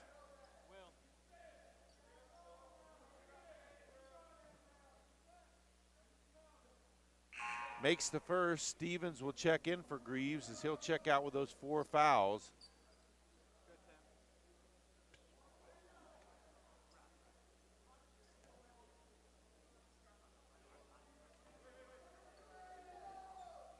Second free throw rattles home as well, 54-42.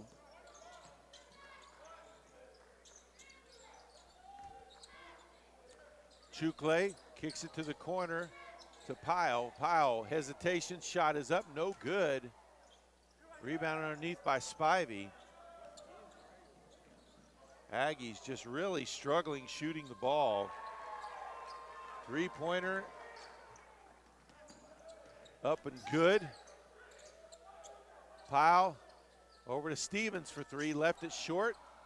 Ball tapped around, long pass ahead, and the dunk home by Ryan Moore, 59-42. 7.5 to play. Pass in the lane to Pyle, missed it, but he was fouled. Foul will be called on Spivey. That's his third, team's third foul.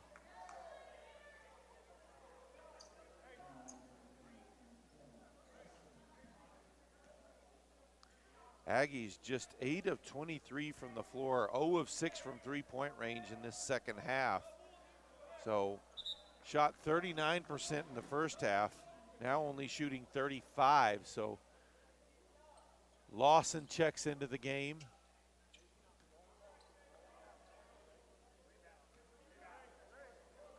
.734 to play. Second free throw good, 59-44.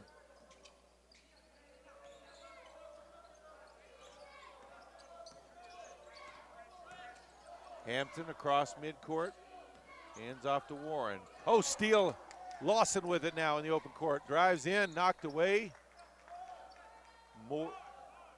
DeMario Moore knocked that one away. He's had a bunch of those tonight. He's knocked guys driving in and able to get his hands in without getting a foul. Lawson over to Stevens, now back to Elliott. And they need to get him to get hot big time. That's going to be a travel call on Elliott.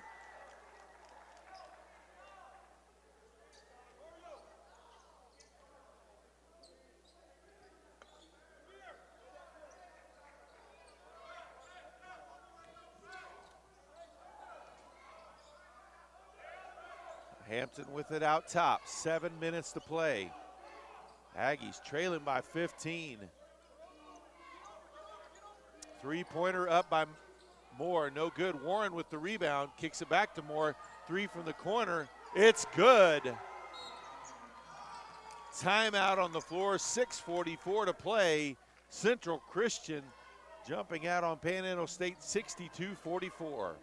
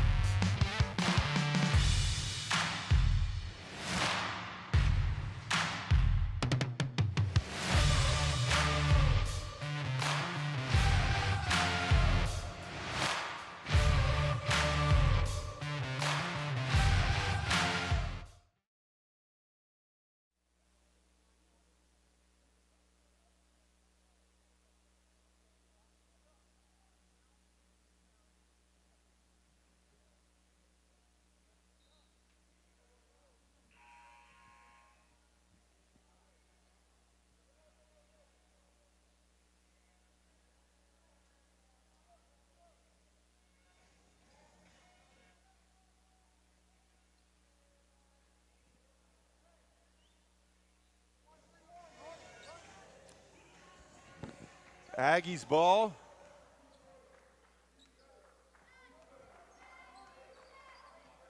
Elliott out top with it. Steps past the defender, kicks it out. Lawson for 3. No good. Long rebound by Stevens. Oh, nice pass to Pyle, who lays it up and in. 62-46, 6.5.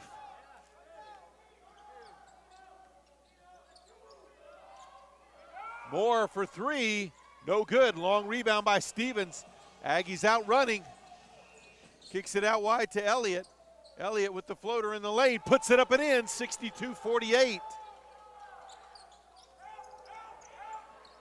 Long pass ahead to Spivey. That one blocked, and a foul is going to be called on Rosel. Probably a wise decision, though, there.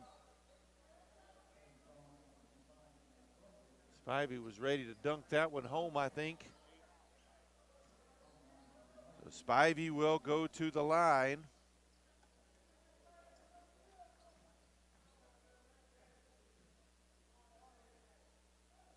Four of 6 there today, make it 5 of 7. Chukle, Terrencio, and Greaves back into the game.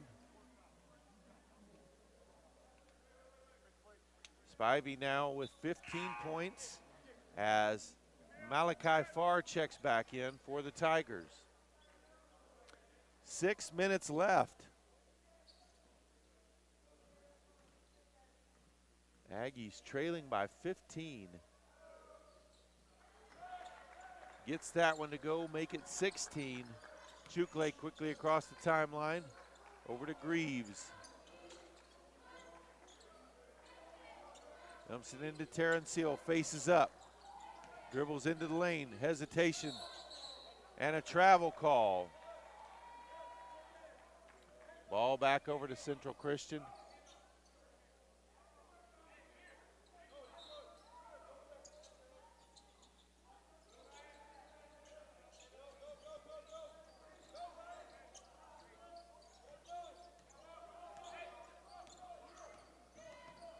Far across the timeline, leaves it for Warren. Ryan Moore back to Warren. Warren, man, he had to leap, puts that one up, no good. Greaves with the rebound. Chukle drives it across midcourt, gives it to Greaves just before he did. Elliott, deep 3, peels it, drains it. It's first 3 of the game, 64-51. So Elliott now with 13. Just 1 of 4 from 3, 6 of 11 from the field today. Central Christian has done a good job on him defensively.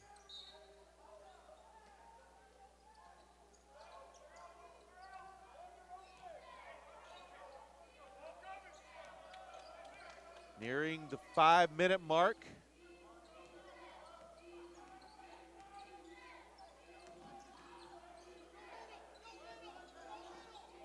Moore with it now, 12 on the shot clock. Wide open for three is Ryan Moore, and he drains it. 67-51. Chukle gives it off to Elliott. Elliott comes off the screen from Terrence Seal, steps back, top of the key three. He's got another one, that's 16. Timeout on the floor. 4:33 left to play. Central Christian 67, Panhandle State 54. Know you can manage your home Wi-Fi network right from your smartphone? With PTCI Whole Home Wi-Fi, you can quickly and easily manage your home Wi-Fi through your PTCI Wi-Fi app. Set your Wi-Fi password, view connected devices, run speed tests, set up parental controls, and more. Experience the best in home Wi-Fi with PTCI Wi-Fi app. Call now and get 3 months free of Whole Home Wi-Fi and visit ptci.net to download the app today.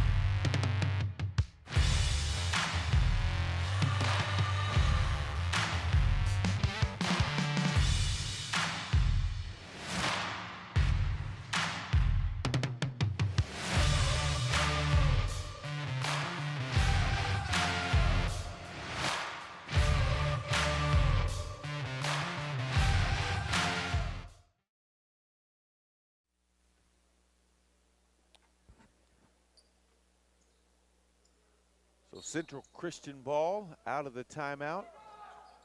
They lead by 13. Aggies are going to have to get a lot of defensive stops here in this last 4.5 minutes. And Elliott's feeling it a little bit as he's hit a couple of threes in a row now. Ball into the corner to Warren. Drives in the lane, puts up the fall-away jumper, no good. Rebound put up by Spivey, missed it. Rebound by Greaves. 4 minutes left. Elliott with it now in the open court. He'll pull it out. Sets it up at the midcourt circle. Deep three, left it short. Long rebound comes to Chukle. Tries to drive, draws a foul. That's going to be on Farr, his second, team's fourth. Aggies will inbound underneath their basket. Outside to Chukle, over to Stevens. Now back to Elliott. Elliott faces up, looks to drive. Shot in the lane, can't get it to drop in. Spivey with the rebound.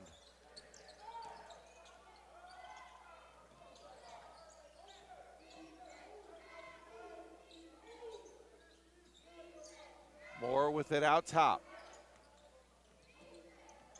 Warren, drive, kick to the corner, three-pointer up by Moore. No good, rebound by Spivey, ball on the ground. Rosso comes away with it. Chukle with it across midcourt. Leaves it for Greaves, 3 minutes left. Pulls up for the long two, gets it to go, 67-56.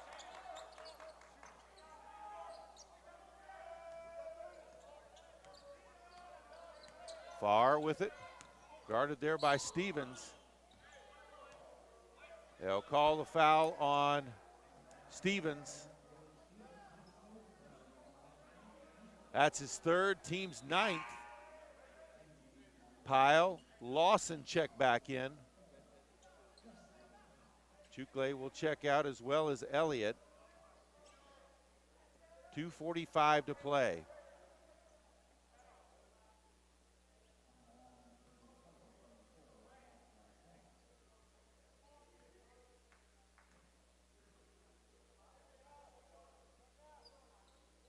First free throw from far is good.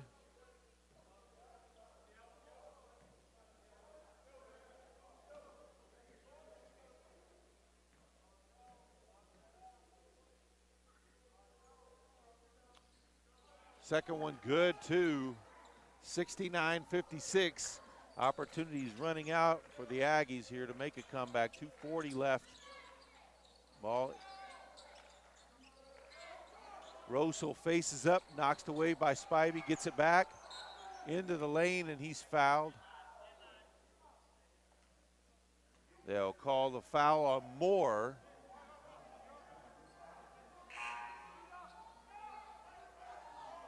Team's fifth.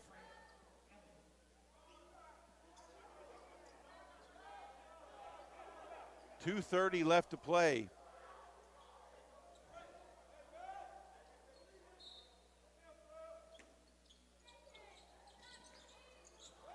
Stevens drives to the basket. Nice pass in by Lawson, 69-58.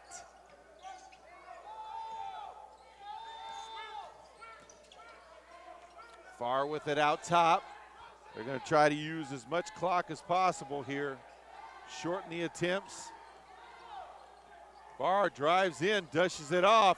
Laid up and in by Moore, 71-58. Elliott back the other way.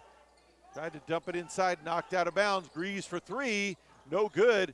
Oh, chased down his own rebound, but stepped out of bounds. Ball will go over to Central Christian. 1:55. Timeout on the floor. 1:55 to play. Central Christian 71, Panhandle State 58.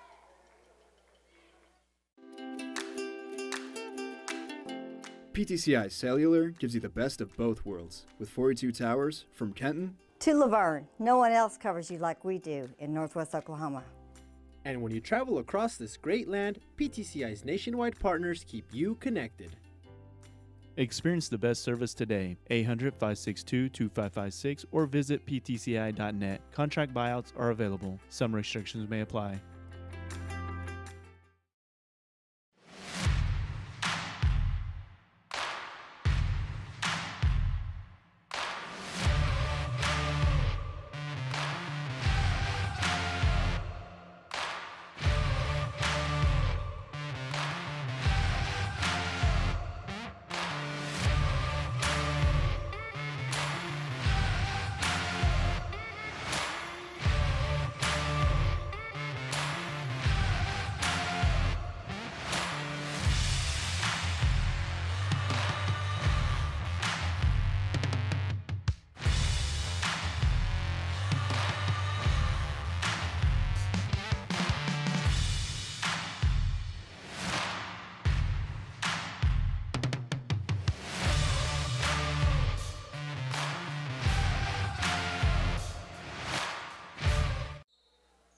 Out of the timeout, Central Christian ball.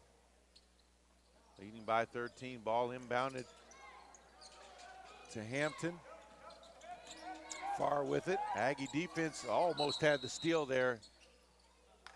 Timeout on the floor, 1:48 to play. 71-58, Central Christian leads Panhandle State. You can manage your home Wi-Fi network right from your smartphone. With PTCI Whole Home Wi-Fi, you can quickly and easily manage your home Wi-Fi through your PTCI Wi-Fi app. Set your Wi-Fi password, view connected devices, run speed tests, set up parental controls, and more. Experience the best in home Wi-Fi with PTCI Wi-Fi app. Call now and get 3 months free of Whole Home Wi-Fi and visit ptci.net to download the app today.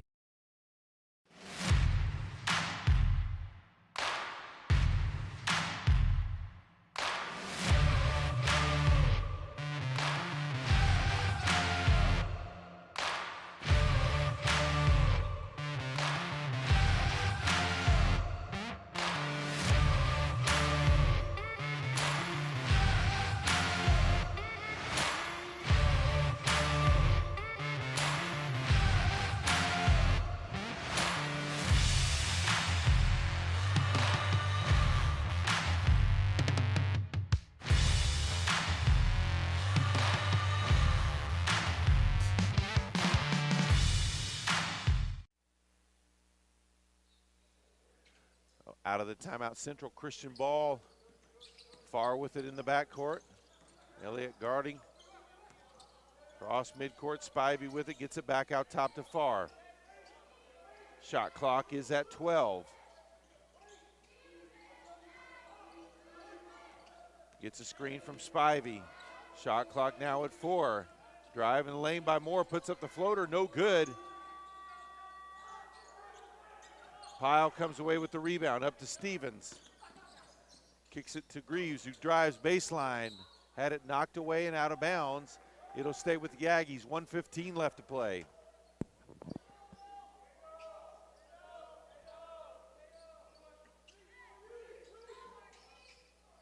Elliott all the way out front to Lawson. Lawson, hesitation, drives, puts it up, and he's fouled by Hampton. Couldn't get the shot to fall, but he'll go to the line for 2.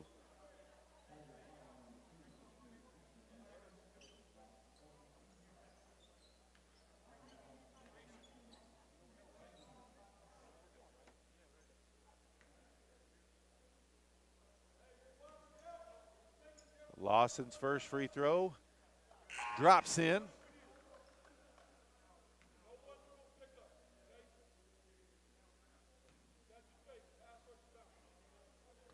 .110 left to play. Gets the second one as well, 71-60 now the score. Chukle will check in for Lawson. Full court pressure by the Aggies. They need some turnovers and they need them in a hurry. Ball into Far. Cross midcourt to Moore. Back up top to Far. Elliott guarding. Under a minute to play.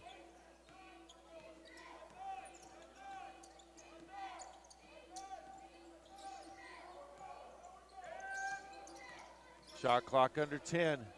Far still has it. Dumps it off to Moore. And a foul call with 4 seconds left on the shot clock.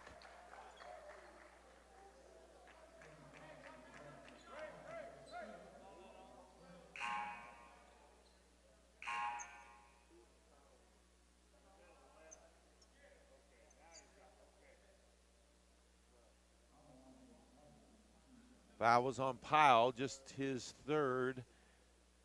10 team fouls. Mario Moore misses the first. 43.9 left to play. Aggies need a miracle rally here to make this happen.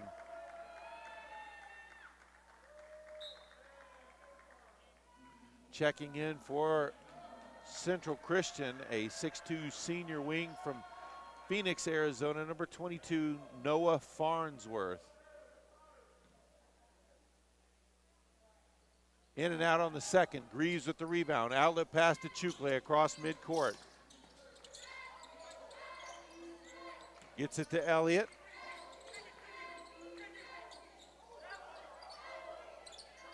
Gets it to Pyle. Pyle hesitates, lays it up, draws a foul.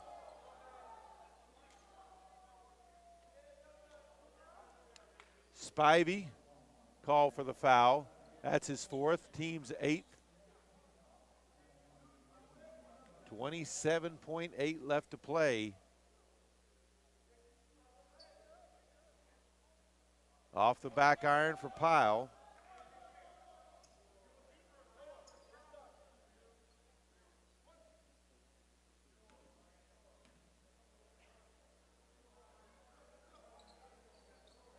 In and out on the second one, rebounded by Spivey.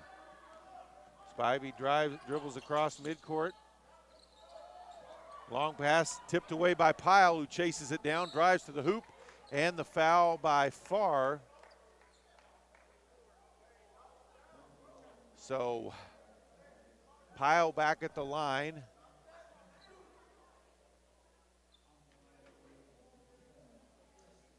That's number 3 on Far with 16.8 left, probably not that big of an issue.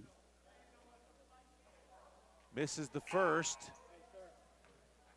Lawson checks in.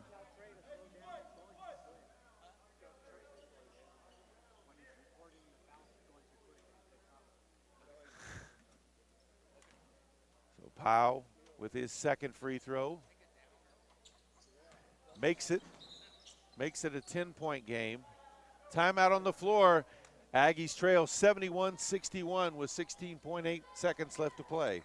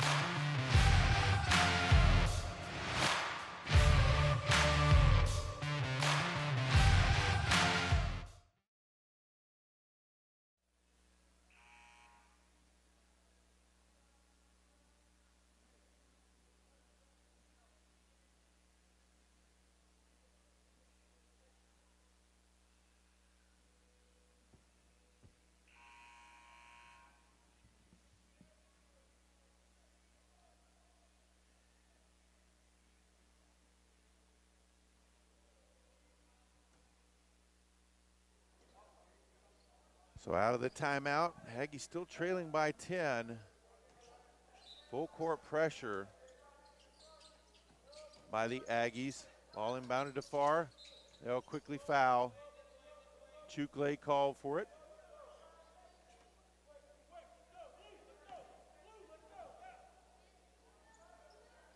That'll be his second. 13.9 still on the clock. Don't forget, we will talk to head coach Mark Laird after the game.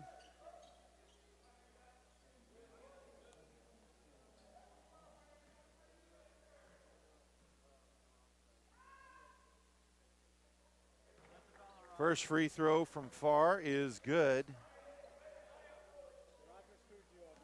Farr now with 9. And he's in double figures with that one. Timeout on the floor, 13.9 to play, 73-61, Central Christian leads Panhandle.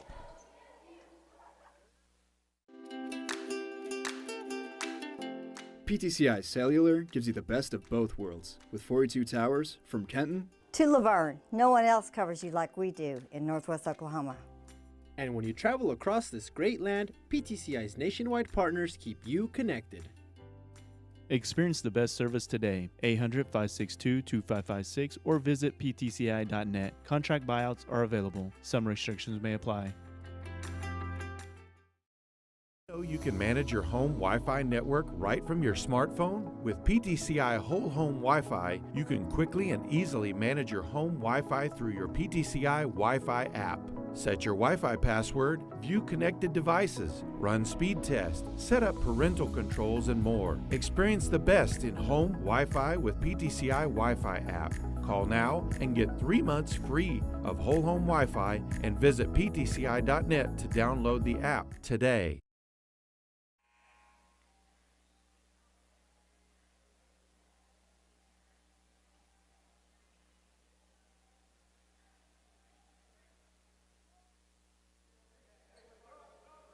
So Aggie ball inbounded to Chukle across midcourt.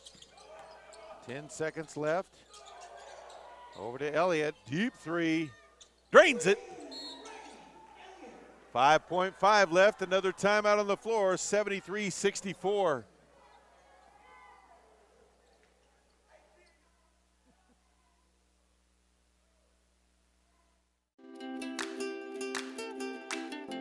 PTCI Cellular gives you the best of both worlds, with 42 towers from Kenton to Laverne. No one else covers you like we do in Northwest Oklahoma. And when you travel across this great land, PTCI's nationwide partners keep you connected. Experience the best service today. 800-562-2556 or visit ptci.net. Contract buyouts are available. Some restrictions may apply.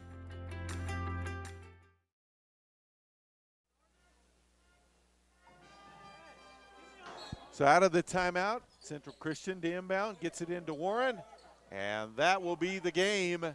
Central Christian has come to Panhandle State and defeated the Aggies 73-64. Stick around. We'll talk to head coach Mark Laird here in just a moment.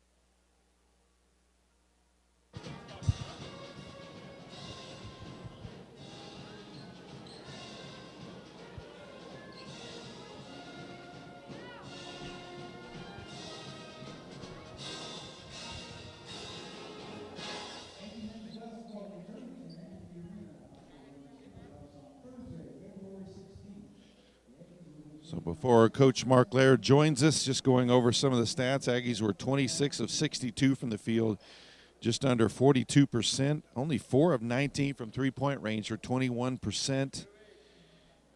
8 of 11 at the free throw line. They were out-rebounded 38-22. Had out-rebounded offensively 13-10, and out-rebounded Central Christian 25-22 on the defensive end as well. Aggies with 16 turnovers, though, compared to 11 for Central Christian. Well, Coach Mark Laird joins us now. Coach, just your thoughts on the game and your team's play. Yeah, I mean, they made a lot of really good plays. They played tough. They were shorthanded and made up for it by really moving the ball well and just played great team basketball, and we just not as much. So. Well, I know this one is, all losses are disappointing, but I know you felt good about your team coming into this one. What were you seeing out there from your team that they were just missing out on that was really the difference in the game? It's easy. I mean, just turnovers. I mean, just unforced errors, travels, dribbling the ball 5 feet. I mean, just can't do those. I mean, it doesn't matter who you're playing, you can't do that. So I don't know. We had 9 turnovers at halftime. We had to have had at least 15 or 16, I think. They weren't trapping or anything. Those are self-inflicted wounds, and you can't win doing that. So. Well, and you've counted on Raekwon all season long.